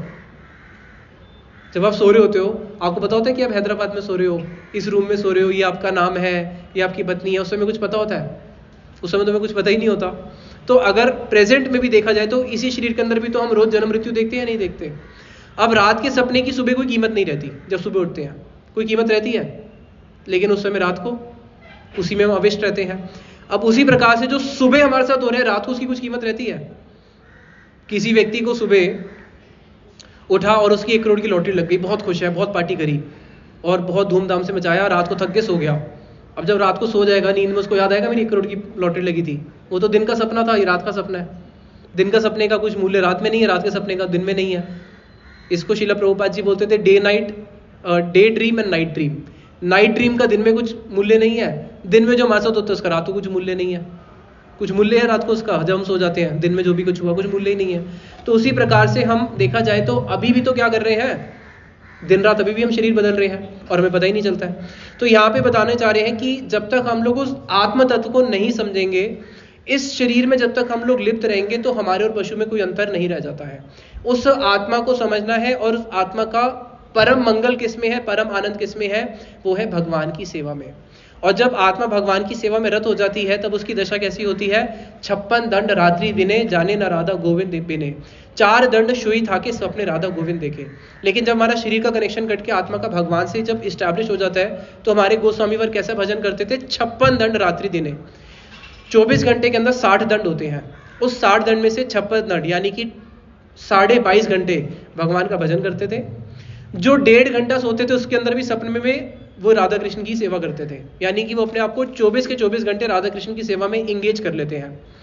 तो यहाँ पे जैसे अभी परीक्षित महाराज जी का हम सुन रहे हैं, परीक्षित महाराज जी ने 7 दिन कथा सुनी, उनको क्या श्राप मिला था? 7 दिन के बाद क्या होगा? तक्षक आएगा, डस लेगा और मृत्यु हो जाएगी। 7 दिन बाद तक्षक आया नहीं आया? आया। उनको डसा नहीं डसा? डसा। मृत्यु हुई नहीं हुई? नहीं हुई, क्योंकि जब तक्षक ने आके डसा उससे पहले ही वो भगवान के धाम में जा चुके थे। और राधा कृष्ण की जो वो सेवा सुन रहे हैं, जो भी वो लीला कथा सुन रहे हैं, इसको सुनते सुनते वो उसमें इतने प्रतिष्ठित हो गए थे कि वो उसी देह से ही उसकी करते करते ये देह उनका यहाँ पे रह गया, और जो उनकी आत्मा थी वो ऑलरेडी भगवान की गोलोक पहले ही जा चुकी थी। जिन लीलाओं को हम श्रवण कर रहे हैं, परीक्षित महाराज जी ने उनको इतने गुरुत्व देकर श्रवण किया था कि सुनते सुनते वो उसमें इतने अविष्ट हो गए थे कि अविष्टता के कारण वो अपने आप ही गोलोक धाम जा भी चुके थे। पीछे से सांप ने आके डसा क्या नहीं डसा उनको कुछ पता ही नहीं है, उनकी पहले ही सिद्धि हो गई थी। तो यहाँ पे वही उदाहरण दे रहे हैं आत्म तत्व के बारे में, कंस को समझाने का बहुत प्रयास कर रहे हैं। लेकिन असुरों को आत्मज्ञान कभी समझ में आता है क्या? असुरों को आत्मज्ञान कभी समझ में नहीं आता। इसलिए असुर वो नहीं होते जिनकी मोटी मोटी आंखें होती है या दांत बाहर होते हैं, असुर मनुष्य में ही होते हैं। बोलते हैं ना ये असुर स्वभाव का व्यक्ति है, ये देव स्वभाव का व्यक्ति है, बोलते नहीं जन्म पत्री देख के इसके अंदर असुरिक गुण है। तो जिसको आत्म तत्व नहीं समझ में आएगा वो कौन हो गया? असुर। और जो आत्म तत्व को समझने का प्रयास कर रहे हैं वो कौन हो गए? देवता। तो अब आप ही देख लेना, आप सोसाइटी में जिन लोगों के साथ रहते हो कि वो असुरिक स्वभाव वाले हैं या देवता स्वभाव वाले हैं। जब इतना कहने पर भी कंस देवकी के वध से निवृत्त नहीं हो रहा है, हाथ में उसके बाल पकड़ के रखे हैं और तलवार रखी हुई है, तो वहां पे वसुदेव महाराज जी सोचने पड़ जाते हैं कि अब मैं क्या करूं। किसी भी प्रकार से बुद्धिमान व्यक्ति को नीति शास्त्र कहता है कि जब तक आपके पास बल है आपको मृत्यु को टालना चाहिए, ये नीति शास्त्र कहता है। ऐसा नहीं कि मृत्यु आई तो हाथ खड़े हो गए, नहीं, मृत्यु को टालना जब तक आपके अंदर क्षमता है मृत्यु को टालने का आपको सारा प्रयास करना चाहिए, ये नीति शास्त्र में ये युक्ति है। तो अब वो भी देख रहे हैं कि मुझे किसी ना किसी प्रकार से भी मृत्यु को तो टालना है। अब मैं क्या करता हूं? अब मैं ऐसे करता हूं, मन ही मन में उन्होंने सोचा कि जब ये कोई बात ही नहीं मान रहा है तो मैं संकल्प लेके इस कंस को, इस दुराचारी पाप आत्मा को ही बोलता हूं कि भाई देखो भय किससे है? भय तो देखो उसके पुत्र से है ना, अपनी बहन से तो कोई नहीं है, तो जैसे प्रेम ही करती है। तो मैं वचन, इसके सामने वचन लेके इसको अपने सारे पुत्र देने का वचन ले लेता हूं। अब मन ही मन में जब वो ये इस बात को सोच रहे हैं तो वसुदेव जी के मन में उस समय 3 जिज्ञासा उठी। सबसे पहले उन्होंने सोचा ये भी तो हो सकता है कि जब मैं इसको वचन दूंगा कि मैं अपने 8 पुत्र तुम्हें दे दूंगा, ये भी हो सकता है कि मेरा पुत्र ही ना हो, मेरी कन्या हो जाए, तो क्या होगा? मैं वचन दिया था पुत्र दे दूंगा तो मैं वचन से बच जाऊंगा कि मेरी तो कन्या हुई है, मैं तो आपको पुत्र देने का वचन दिया था। दूसरा फिर वो सोचते हैं कि चलो जब मैं इसको वचन दूंगा कि मैं अपने सारे पुत्र तुम्हें दे देता हूं, ये भी तो हो सकता है कि मेरे पुत्र के जन्म होने से पहले कंस का वध हो जाए, तब भी क्या होगा? तब भी मैं अपने वचन से बच जाऊंगा कि पहले ही किसका वध हो गया? कंस का वध हो गया, तब भी मुझे अपना वचन से मैं झूठा नहीं होऊंगा। तीसरा वो सोचते हैं कि जिस प्रकार से दावानल अग्नि होती है, जब वृक्ष आपस में टकरा के अग्नि प्रकटित होती है, पूरा का पूरा जंगल जल जाता है। तो वहां पे जब अग्नि प्रकट होती है पूरा का पूरा जंगल जल जाता है। कई बार ऐसा होता है कि 2 किलोमीटर दूर वाला जो वृक्ष था वो तो जल गया, लेकिन 2 वृक्ष छोड़ के जो वृक्ष था वो बच गया। अब प्रश्न होता है कि भाई जब पूरा जंगल जल गया, जिस अग्नि का जो मूल स्रोत जो 2 वृक्ष थे उसके पास वाले वृक्ष ये वाला कैसे बच गया और बाकी 2 किलोमीटर के सारे जल गए? तो बताया वहां पे प्रारब्ध, उसके प्रारब्ध में बचना लिखा था, इसलिए वो वृक्ष पास होकर भी बच गया और 2-2 किलोमीटर दूर वाले वृक्ष थे वो सारे जल के राख हो गए। तो बताया उसी प्रकार से ये भी तो हो सकता है कि मेरा प्रारब्ध इतना प्रबल हो कि मैं इसको वचन तो भी दे दूं और मेरा छोटा बालक वो इतना प्रारब्ध और इतना बलशाली हो कि वो इतने बड़े पापात्मी कंस का वध भी कर दे। तो उन्होंने इन 3 विचार को अपने मन में रख के कंस को फिर वचन देते हैं कि कंस मैं तुझे वचन देता हूं। और उसको जब वचन दे रहे हैं तो उसको वचन विषाद चरित्र मुख से नहीं दे रहे, मुख उनका प्रफुल्लित ही है कंस को, क्योंकि वो उसके कॉन्फिडेंस को गेन करना चाहते हैं और बोलते हैं कि मैं तेरे को वचन देता हूं कि मैं अपने 8 के 8 पुत्र तेरे को दे दूंगा, इसलिए तू अपनी इस देवकी को जो तेरी कन्या समान है, मेरी पत्नी लगती है, तेरी छोटी बहन लगती है, अपने कुल की मर्यादा की रक्षा के लिए, अपने पूरे इस कलंक से बचने के लिए इसका तू वध से निवृत्त हो जा। तो जब कंस ने ये सुना कि ये अपने 8 पुत्र मुझे दे देंगे, तो कंस को वसुदेव महाराज जी पे पूरा भरोसा था। जैसे वसुदेव महाराज जी कंस को अच्छे से जानते थे, तो कंस भी वसुदेव महाराज जी को जानता था कि ये कभी झूठ नहीं बोल सकते। जब इन्होंने वचन दिया अपने 8 पुत्र देंगे तो ये अपने 8 पुत्र मुझे दे ही देंगे। इसलिए वहां पे उन्होंने उनको छोड़ दिया और उन दोनों को फिर अपने घर में चले जाते हैं। फिर एक एक करके कैसे संतान होती है, कैसे एक एक कंस के पास जाती है, एक एक का वध करता है, उसको हम कल श्रवण करेंगे। अभी यहीं पे वाणी को विश्राम देते हैं। निताई गौर प्रेमानंदे हरि हरि बोल। कल हम लोग श्रवण करेंगे गर्भ स्तुति। जब देवकी के गर्भ में भगवान आविर्भूत होते हैं तो सारे के सारे देवताओं ने आके बड़ी सुंदर देवकी के यहाँ पे गर्भ स्तुति गान करी है। कल हम उसको श्रवण करेंगे और परसों हम भगवान कृष्ण का जन्म उत्सव बनाएंगे। तो परसों जब भगवान कृष्ण का जन्म उत्सव बनाएंगे, आप सब लोग भी अपने घर से कुछ ना कुछ बना के लेके आना ठाकुर जी के लिए भोजन। अरविंद प्रभु आ जाइए।